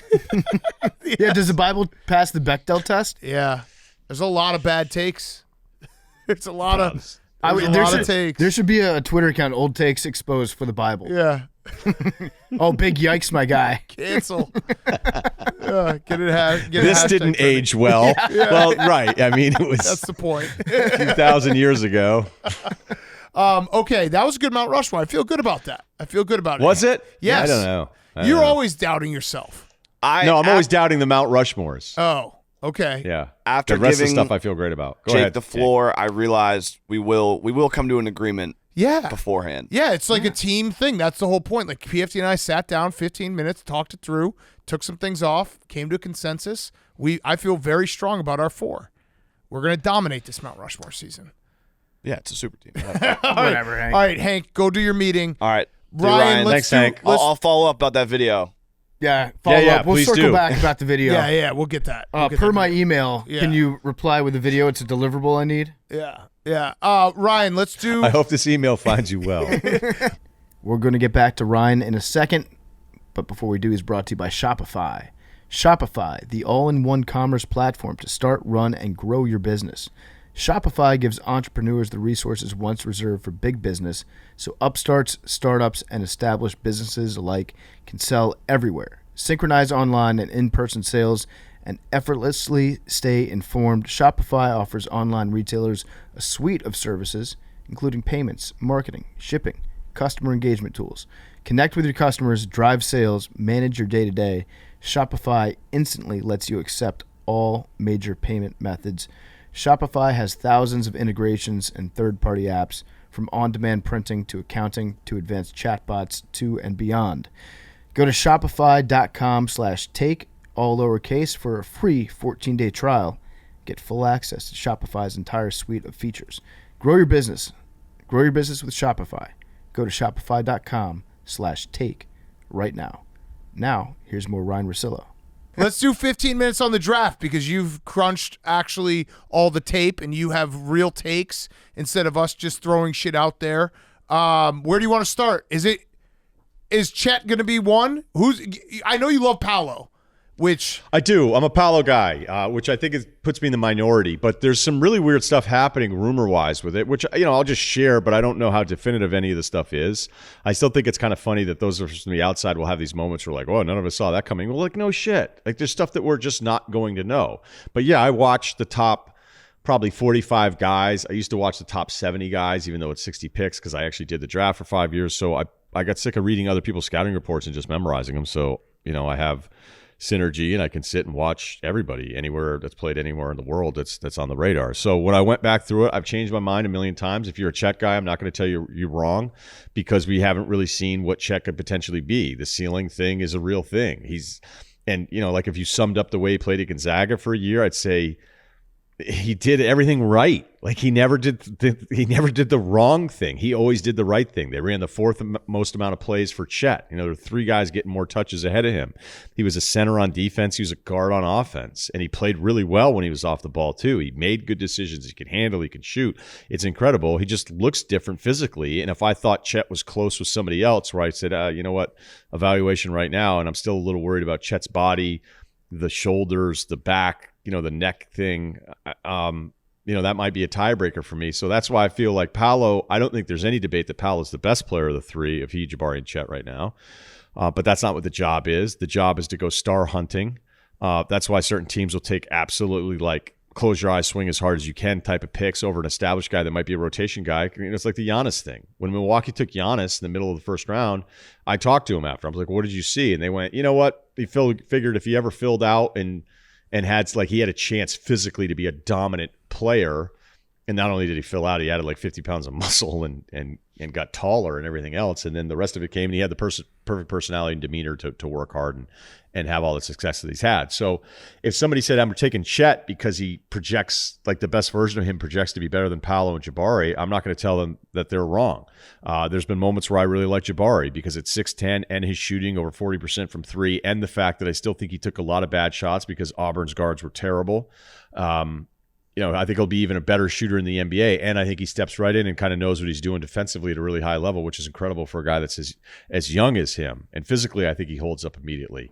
But he doesn't really initiate a lot of his own offense. It doesn't look like he's much of a ball handler. He wasn't really asked to do those things, but I never really saw it. Where I think of basketball today in the NBA, you kind of default to high pick and roll, and can you do 3 things? Can you dribble off of it? Can you pass off of it? Are you someone that still has to be defended on his shot making? And Paolo could get a little bit better on the shot making, get a little bit better on the rebounding.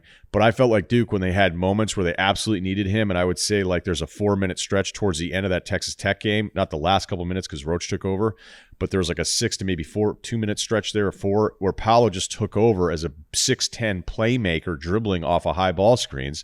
And to me, that's what the game is, and that's fucking insane that he has that in him now, and those other 2 guys don't have it. So for me, I like Powell the most. If he went 3rd, I wouldn't tell the other 2 teams they're stupid, because it's now and it's a projection, and it seems like everybody's projecting the other 2 guys to be more complete. So there you go. If Chet doesn't fill out, is that really that significant of a knock on him? Because there's some skinny players in the NBA. Maybe nobody with his shoulder size, but you don't have to be muscle bound. You don't have to be jacked up to be a great NBA player. No, but I mean, he's a year older than Jabari is, and he's 6 months older. So Chet's the oldest of the 3 guys. When I look at his dad looks like he's filled out. I mean, obviously most dads do look bigger than us, their dads, and then sometimes their dads are even bigger, right? Mm-hmm. The fuck? No, it's true. If you look at dads are sometimes bigger than their sons. Okay. Workaholics joke. Mm-hmm. But the thing is, like, okay, he has to, like, guys are going to fill out, right? Some people take a lot later than other people to fill out, right? But he gets his ass knocked around a decent amount at this size, and he did it. Like, I can look at Paolo and go, okay, watch his first half against Gonzaga when he hit 18 points. Like, you watch that first half, you go, wait, why are we debating this at all? Even if Chet's doing some really good stuff in there, he's not doing what Paolo's doing. Paolo's taking over games. And I still think Chet, like, you look at the conference that Gonzaga plays in and they win a million games and all that kind of stuff. It's not always the same thing. But then I was talking to an assistant GM the other day who was like, I was at this all-star practice thing where Chet was unbelievable. Like, he was getting frozen out by the other players, and who's this guy? He hadn't played in college yet. Everybody's talking about him being the number one guy. And he's like, he just went out there and blocked everybody's shot, like the entire showcase. So there's arguments, very, very strong arguments for all three guys. So, all right, big picture, where does this draft rank overall, and where does the draft? I love whenever they're like, here's the cliff, because we know Jaden Ivey's obviously going to be probably the fourth pick. Where's the cliff in this draft? And are there multiple cliffs where you're like, all right, top four, those are all, possible all-stars, and then you're getting into rotation guys, and then it falls off a cliff? Man, that's a tough one, because it's, every draft, like, it's crazy how many top 10 picks recently, like 2 years after they're taken to the top 10, they're on another team. Like, it's an incredible trend that's going on right now. And sometimes it's because you were drafted fourth, you have value in a trade somewhere else. But it like, some of these drafts, you like see 7 of the top 10 picks already gone to their second team after only just a couple years, like over 2 in less than 3 years. So everyone's talked up the Ivy. Like, does it end after those 3 guys? I think it ends after Ivy. I do think he's that good, but the St. Peter's game was so bad that there's still some stink on him from that one. But if you watch some of the under 19 international stuff that we saw with Chet last year when they went up against the French kid who'll be the number 1 pick next year, Jaden was really spectacular. And there's just something to be said about a guy that moves unlike everybody else. Like, they don't make a lot of people that move on a basketball court like Jaden Ivey. And when he's cutting off the ball, he's just faster than everybody else. He also looks bigger to me. But that second group, I would have Mathurin ahead of Keegan Murray. That's not some huge stretch. Most people I think do. I think the Dyson Daniels kid, the Australian, there's a bunch of Australian kids I actually like in this draft, but Dyson is this bigger guard, kind of combo guard who does everything except really shoot it well at this point. And he already plays good defense. There's that second, some people would have Johnny Davis in it. Some people have Duran, the Memphis kid, in there. Shaedon Sharp is an absolute mystery. The kid who was supposed to play at Kentucky. And the only thing I have on him is the EYBL. And I'm telling you right now, it's crazy. If I had to write one sentence on his scouting report, I'd be like, he plays like already older James Harden. He dribbles and dribbles, and then he takes these absurd threes, and it looks like it sucks to play with, but it actually goes in. Like, it goes in a lot. And you're thinking, all right, well, 6'6", if he can actually make these kinds of shots, you may have something, even if I don't like watching it. So I think that group kind of is a toss-up anywhere between 5 and 14, where I think there's a cutoff depending on if you like Malachi Branham more from Ohio State than, say, Abaji, who's a senior at Kansas. I like Malachi more, but I get that people feel like Abaji's the finished product is the 3-and-D guy, and he got to 40% from 3 this year. I know no one likes centers anymore, but I'd have to think Mark Williams has a decent role. And then Sohan from Baylor, who, I know you guys watch enough of it. He's just so different. Like, he's not going to score, really. He's not going to shoot, but he gets out there with his edge, his athleticism. He's, 6'9", and he just impacts basketball games.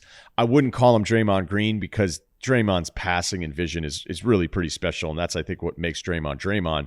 But there are some elements to his game where he really, really impacts the game, which you kind of like when you're taking a guy with a lottery and you go, hey, he might get like 6 points a game. You think, okay, I'm really disappointed. But he's so unique in that, hey, get him out there, let him switch. I think he even played some center for Baylor this year. Let him get out there and run in transition. And he's got some attitude. He's got some confidence, and he's still a young guy.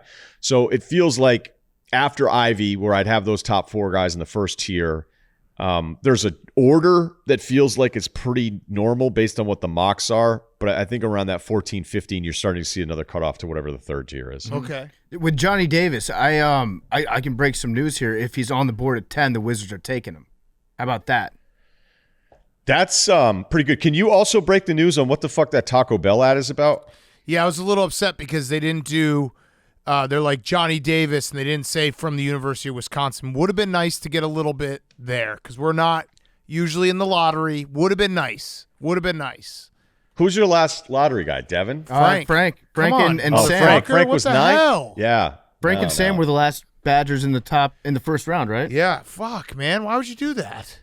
I forgot Frank was in the lottery. Yeah. But Frank was in the lottery.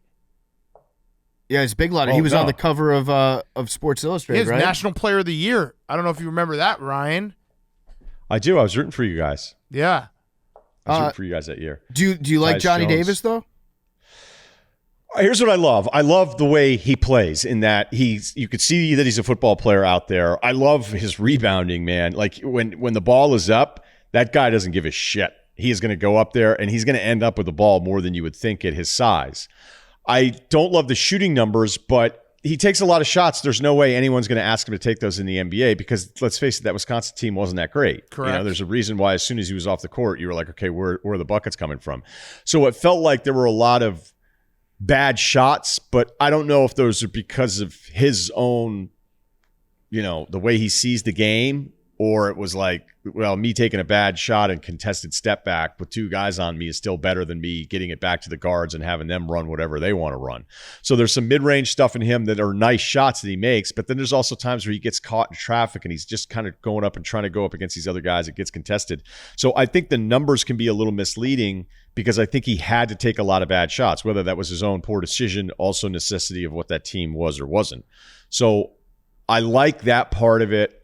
I can talk myself into it, but then when I think about like Mathurin and having a little bit more size and being a little bit more dynamic and shooting the basketball better, like that's where, again, I don't know that anybody has Johnny Davis ahead of Mathurin, but that's why I would always have Davis kind of behind some of these other dudes. Like Duran, the Memphis kid, is tough because there's times where I watched him where I felt like he wasn't making a huge impact, and other times where I felt like he was the most physically imposing player on the court in games that he was there. But then you're like, okay, am I drafting a backup 5 though, like in the top 10? And I think he's the youngest guy out of all of them. And I even, there's moments where I really like AJ Griffin from Duke, but he's been hurt twice in high school. He got hurt in the first year at Duke. The Duke group is a really weird group because it's a lot of guys that want the ball in their hands, and they still found a way to be a successful basketball team with so many different people having to kind of make sure they shared enough while also getting their own. And for AJ, he was stuck in the corner a lot, where I would have loved to have seen him have more time with the basketball and making more decisions because I think he has some of that in it. If AJ were healthier historically, maybe he's the 5th or 6th guy in this. Although I guess defensively, he didn't really wow anybody this year. Yeah, I mean I like AJ Griffin. Johnny Davis, to me, I think he's going to be a good pro. He had his injury against Nebraska. He came back from that obviously and played in the Big Ten tournament and the NCAA tournament. He wasn't the same guy. Like his explosiveness wasn't there, and like you said, the team around him wasn't great, and he just was swamped by people in the lane constantly. So I just think he's a smart kid who's gonna be good. He's gonna. I think he's got some juice to him too. Yeah. Like there's a never smiles. Now, you would have a hard time believing that like Johnny Davis would be overwhelmed by any of it. He might be, from a size standpoint, just a little shorter than what you'd want, ideally. But just watching the way that guy rebounds and thinks he has a chance at every loose ball. Dog. He's like got dog in him. Yeah, he's got some dog in him. Who's got the most dog in him? Because that's kind of the hot new thing. Like, who's got that dog? If you were just drafting on dog alone. Dog alone will be Mathurin. Okay. Yeah. What about when he kind of maybe touched that cheerleader's breast? I think the way that he handled it after the fact tells you he's ready for any kind of controversy. Yeah. Mm-hmm. Yeah, good point. Yeah, true. What about which Australian has the most dog in him? Dingo. Wait, who's got the most dingo in him? Yeah, that's a good call. Australians do love canines. Historically, everybody knows that. Yes. Historically, it's big. I mean, the way you canine. described that one kid from Australia, he sounded like you're getting close to Ben Simmons territory. You're like, he's big, he can defend Combo. really well. Yeah, he's not great shooter, doesn't enjoy the rim. Well, I don't know if he's a frauder yet, so like we'll hold off until we have the fraud confirmation. But like, who's the Australian that? Oh, cool. that I like I'm gonna Usman follow Jang. him. Okay. Well, I don't know if you will. I think you're more of a Hugo Besson guy who'll be a second rounder. Hugo, New Zealand Breakers. Was watching a lot of Matt Walsh stuff yesterday and today. New Zealand has this kid named Ousmane Dieng, who's actually French, who somebody down there had told me about a year ahead of time. And it's like, okay, all right, like when I get to it, I'll get to it. He's 6'10", and I think he just turned 19 in May. I heard he has a promise at the back end of the lottery. I don't think he's going to be there because he is legitimately 6'10". The shooting numbers aren't very good. The points per possession stuff, there's a lot of metric stuff in there that's just not that good. But he's already so good. Like he's not running the offense. He gets stuck in the corner a little bit. He had this kind of weird thing where he sat out. I don't know if it was because he got hurt or something in the middle of the season. So he has like these two distinct parts of his first season where he was a much better player in the second half of the season. He has this game against, I think it's the Southeast Melbourne Phoenix, where he doesn't miss a shot for like almost the entire start of the game.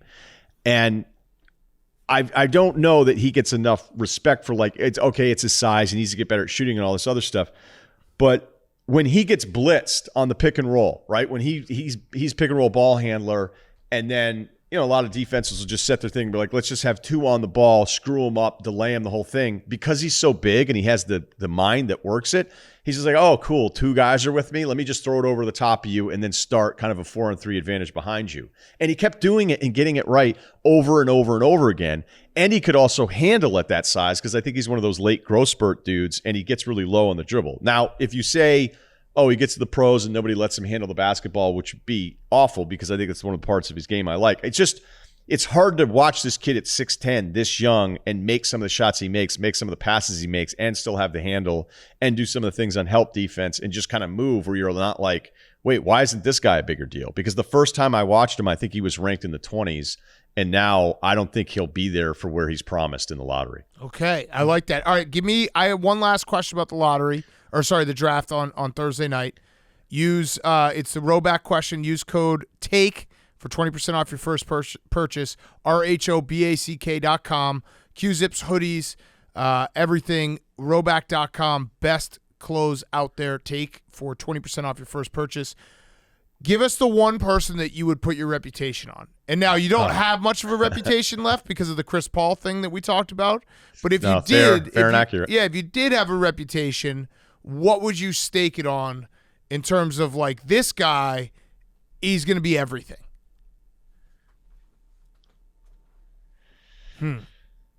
Do I just pick? I think Sohan's going to be, he's not going to score 1 million points, but he's going to be a guy that helps you win games. I like that. So he could be an important piece. Yeah, like we're going to see him play for a decade. Yeah, he's never going to be the guy that like, oh, they need to build around Sohan. I think Sohan's just going to be one of those dudes. And the thing is like I'm really risky because there's also a version of this where like, hey, the fucking guy can't score and he's undersized and it's not going to work out. And now he's in Poland. But I just love the way I don't know. I mean, you guys remember that North Carolina game? Like, do you remember the shit he was doing in that game? Yeah. And then Manic fouled him. It was kind of a bullshit play by him. Knocked the shit out of him. I just think that Sohan's got some way that he's wired that he's going to impact games in a very unique. I think he's the kind of guy, if it goes right, that every team's like, shit, we need somebody like that. But it's also very risky for me to say like, hey, I'm putting my reputation on this dude because it's not like he has. If you had to describe him to somebody who's never watched him before, you'd be like, wait, what's the deal? Like, I didn't really score a ton. Didn't really shoot it all that great. But like, God, I fucking love him. And he's got cool hair. When he dyes the hair. No, I've noticed that. A lot of different hairstyles there. Yeah. Is that a plus or is that a red flag? If he's good, it's a huge plus. If he stinks, you'd be like, this guy's worried about his hair. Fucking should have known. It is so funny whenever like Marcus Smart would dyed his hair green, and if he had a bad game, it's like, what are you doing, dude? It's something to point to. It's like fat relievers. Yeah. If you're going to be bad, be quiet, right? Right. I mean, that's kind of the way it works. If you're loud and bad, it's way worse than when you just shut up and lose. Mm-hmm. Yeah. So who's the guy that you think? Shut up and lose a good T-shirt. Yeah, I like that. Shut Might up be a and good book. Shut up and lose. What about who's gonna be the biggest bust of this draft? Ooh, I like Tell me it. who a bust is. Yeah. And I want this clip to be played on like TNT after games when they interview a player that just went off for like 29 points, and he's like, that interview with Ryen Russillo where he told me I was gonna stink. That took me to the next level. Yeah. Yeah, no, that's good. I always like whenever I can help somebody reach their ceiling by doubting them before the draft. Because I mean, I think about it and we're like, people hate draft stuff the most because I think everyone wants to believe that everybody else that does it for a living is terrible, and then they're like, I watch a lot of games, I know who's good and bad, and then that's the guy that's never lost a bet in his life, and he's always telling you that he's always right, and all the draft experts are idiots. The draft thing is always like this really weird dynamic where people get really, really mad at draft people, maybe more so than just other analysts in general. But then whenever I try to explain it to like my buddies who will go like, oh, Mel Kiper, McShay, your boy, they're the worst. Like they're so bad at it. I'm like, what? You're pointing out the times they made mistakes? I was like, half of us get divorced and then we have way more tape. Yeah, It's true. You know? Yeah, so way true. more tape. So I'm gonna take a Trevor Keels. No, that's too late. He's too late in the draft, and I'm not sure. I mean, But I would say he kind of Who's floated the in bust? and out of it. Who's a bust? I don't. give us a bust. I Give don't- us an 18-year-old that you want to just shit on. Bust. Yeah. Right I before the don't. biggest Fraud. moment of his life. Fraud bust. Yeah, this guy sucks. Jaden Hardy could get a little bit better as far as his decision making. It's pretty funny, but he might not even be enough on the radar. You know, a G League guy, his stock has gone down from where it was at the beginning of the year. The Shaden Sharp thing, I'll tell you right now, even though people are very enamored with the shooting ability, 6'6", and all that kind of stuff, to this point, it hasn't made a ton of sense to me. And when I watched the EYBL stuff, which again is limited compared to getting to watch him in college, which we didn't get the chance to see, even his answers to stuff, sometimes I'll be like, where is this guy's head at? Even though I get it, he's really, really young. But the stuff that I even saw that I had access to, I didn't really like. But I've made that mistake before. Like when I watched LaMelo stuff in Australia, I didn't really like it. And then he turned out to be an incredibly skilled player who was just better when he was around other better players and shot it even better than he was. It was almost like he was so bored and disrespectful of Australia that it was like, it was hard to watch him in those games and go, okay, this guy's going to be an awesome Rookie of the Year candidate. So, the Sharp part of it is a little weird for me. Okay. He's Canadian though, Yeah. like Wiggins. Yep. Another home run of a draft They're pick. on the rise. Yeah, Team Canada, man, look out. All I want out of this draft is for the Nuggets to take Nikola Jovic. That's all I want. He's good. Yeah, They it would should be be great. psyched. It would be great if we got everyone confused with that. I want to just I can't wait to see what happens with Gabriel Procida. Ooh. He's one of my favorites. Lake Como, a place that I have screen grabbed on Instagram that I would not take on the Mt Rushmore things I'll never do because I could see that happening fairly soon. But this kid is awesome, man. 6'7", fucking dunks it on people, tries to throw it around his back. The older guys on his team get super mad at him because he's 18. He's way better than everybody else. And they'll yell at him. It's like dad's yelling at you about don't go around your back. And it's like, how about you catch it instead of getting mad at me about it? And then he like steals it. He hits threes. He actually is already selling the 3-point contact a little bit too much, which is just, I wish American refs understood what they're doing to the game globally, because there's some kid growing up in Yugoslavia right now just bailing on a 3-point shooter trying to get contact. And it's because the adults are messing it up, but that's a different podcast. Yeah, we could do that. Steph ruined basketball. Yeah, he did. All right, well, Ryan, thank you as always. I'm excited for the draft. I thought we had a great Rushmore. And I love the shirt. We love the shirt. Yeah, talk to me about the shirt. It says, I heart at Real Skip Bayless. You and I, Yep. we share a great deal of affinity for both Skip and Stephen A. No, we don't. We don't share that. I don't like Skip. Everybody knows that. Your shirt says you love him. Shirt does. You don't like them, you love them. Yeah. No, I'm going to send this to you because it's cutting off the circulation of my arms. It's so small. But the thing is at ESPN, you guys don't understand.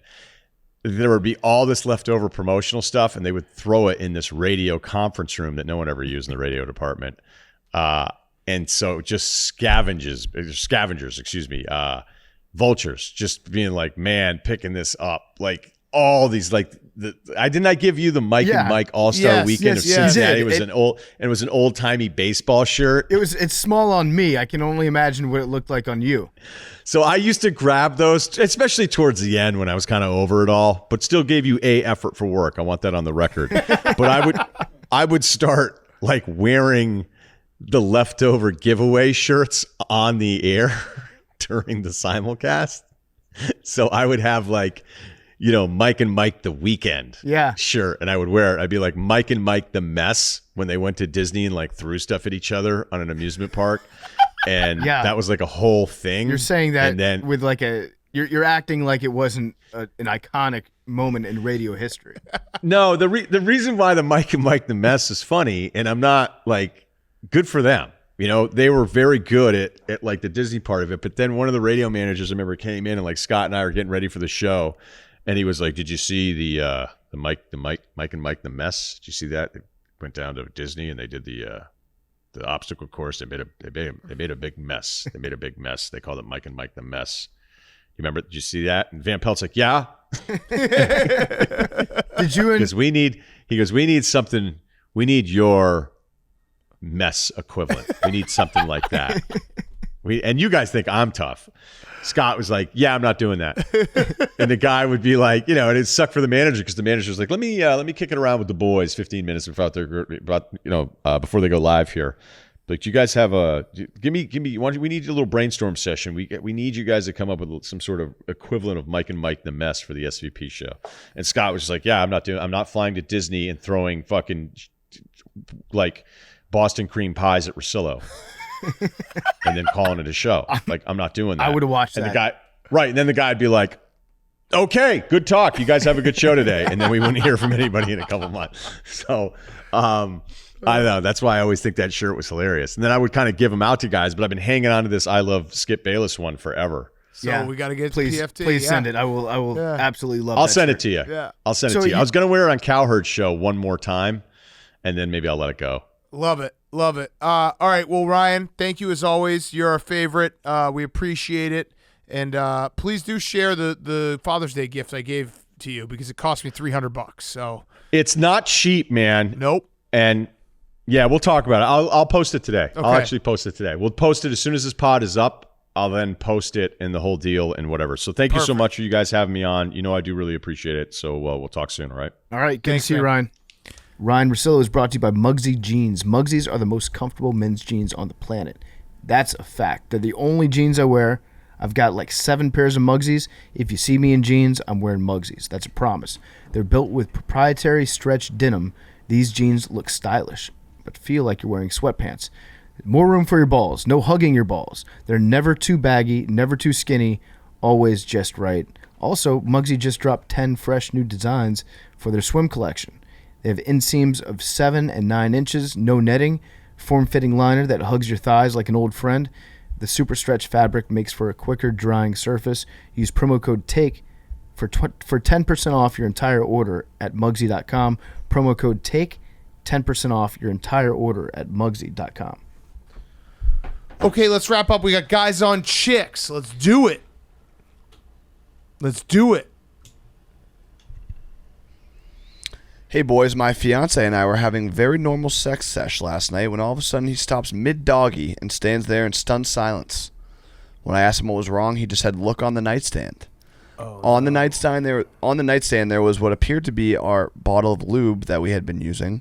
Upon further inspection, I realized that we had in fact been using a bottle of hand sanitizer that looked exactly like our lube bottle. Everything felt normal, and I washed myself thoroughly afterwards, but I need to know, am I going to be okay? I think you'll be all right, but I don't know. Well, your vagina definitely does have coronavirus. Well, I was going to say it might be the vaccine to coronavirus. Remember that article in Peak Corona when it was like bleach your asshole and you'll never get coronavirus? Sun your asshole. Sun your right? asshole. Yeah. Sun your asshole. Yeah. Sit and sun your asshole. So that might be what's happening here. You just solved coronavirus. Yeah, or you also may have just stumbled upon maybe the best form of birth control of all time. Like, I'm not a doctor. I'm not an obgyn. But like I do know you're never having kids. I do know that people always say, like, oh, if you douche with Coca-Cola afterwards, that's like an old wives' tale from way back in the day. You're not going to get pregnant. I'm like 99.9% sure that maybe Antonio Cromartie could do this, but most people's sperm cannot fight through hand sanitizer. Yeah, Nick Cannon. Yeah. Nick Cannon's just very open about like Future. how many doesn't Nick Cannon have 4 kids like on the way? He has like something like 6 kids within like 2 years of each other. Yeah, right. Like, Like none of them have the That's same. kind of cool. Like they can all play on the same team, little league team.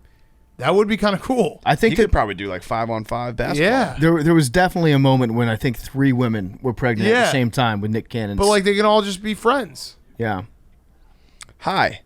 But how do you make that mistake though? Like, I see. I think he's very open about being like no, yeah. not him. The guy with the hand sanitizer. Oh, yeah. I'd be concerned that your fiance is an idiot because I don't know any lube that looks like hand Yeah, they send sanitizer. pictures. It doesn't really even look that similar. So like you don't make the mistake of having a Not tube even the same of size lube bottle. or a hand sanitizer that has the push down handle on it. Also, you're kind of an idiot for just like why wouldn't you just keep going if it doesn't like wouldn't you feel it before you? Yeah, it would sting. But it sounds like that didn't happen. They just were like, oh my god, look at the hand sanitizer. Also, it sounds like this guy's a beta that doesn't make his girl wet enough. Facts. I'm just kidding. We're a pro lube podcast. Yeah. Um, Or not if you don't want to. For the last Whichever way. 6 months, every time my boyfriend and I are getting ready to have sex and start taking each other's clothes off, he constantly sings the meme song, "Oh no, oh no, oh no, no, no, no, no," That's like over and over and over again. When he's about to put it in me, he starts singing it again right before. It's getting awful and making me hate him. Only way I can think of to get him to stop is if I tell him I just won't have sex with him anymore if he continues. Any other advice you guys have that could help? Start singing all the small things before he puts it in. Right back at him. Or get him hooked on the maybe he just becomes like a meme guy.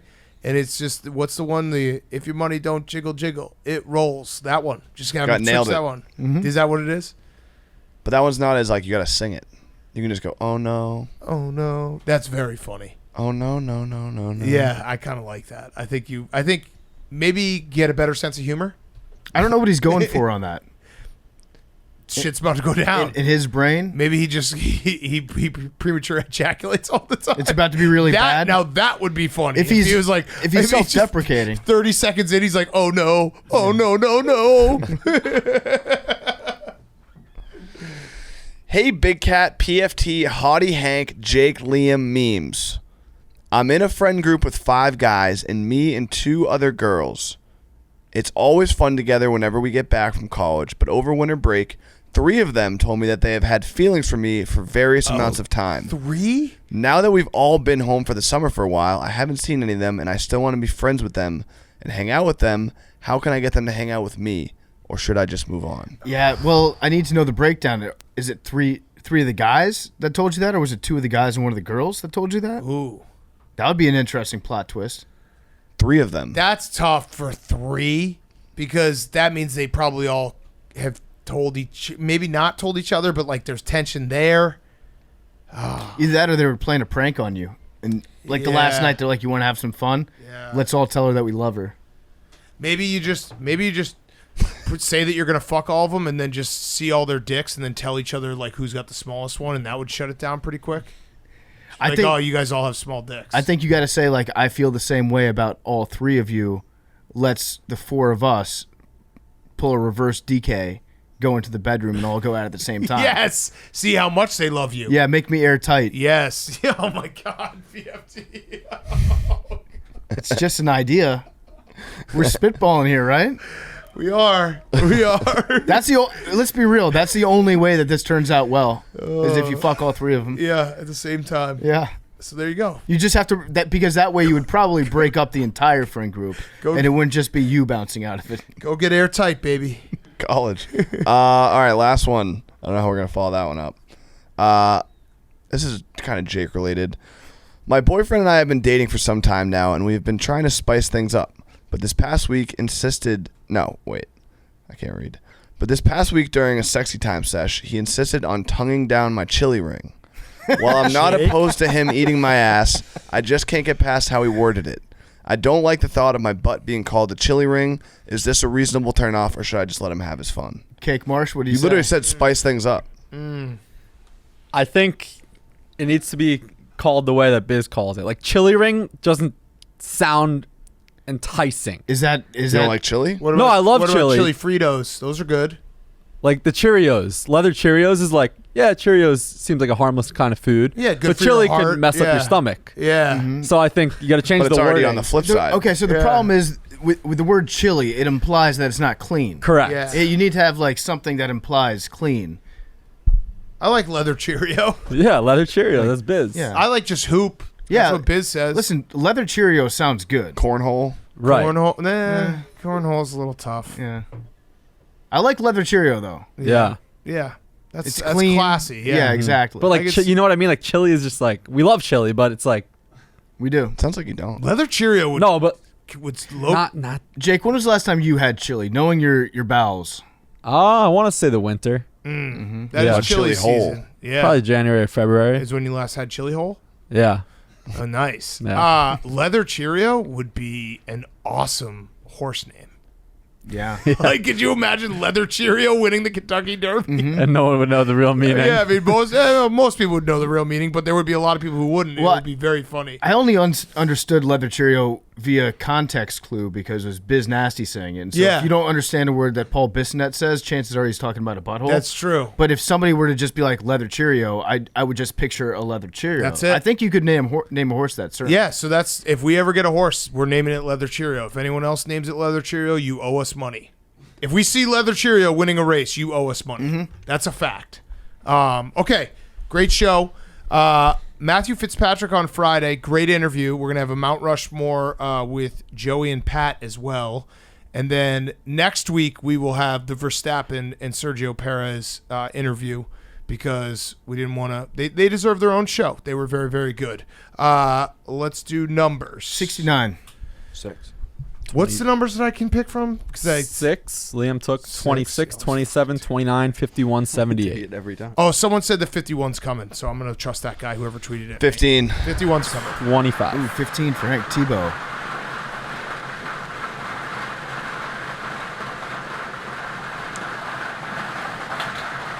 '83. Draymond Green. 83. It's Welker, right? Yeah. Well, same guy. Yeah. All right. Anyone got an animal fact? My animal fact is that like saltwater crocodiles, if you touch them on the nose, they get hypnotized. Saltwater taffy is made through saltwater crocodile skin. Saltwater croc cum. Love you guys.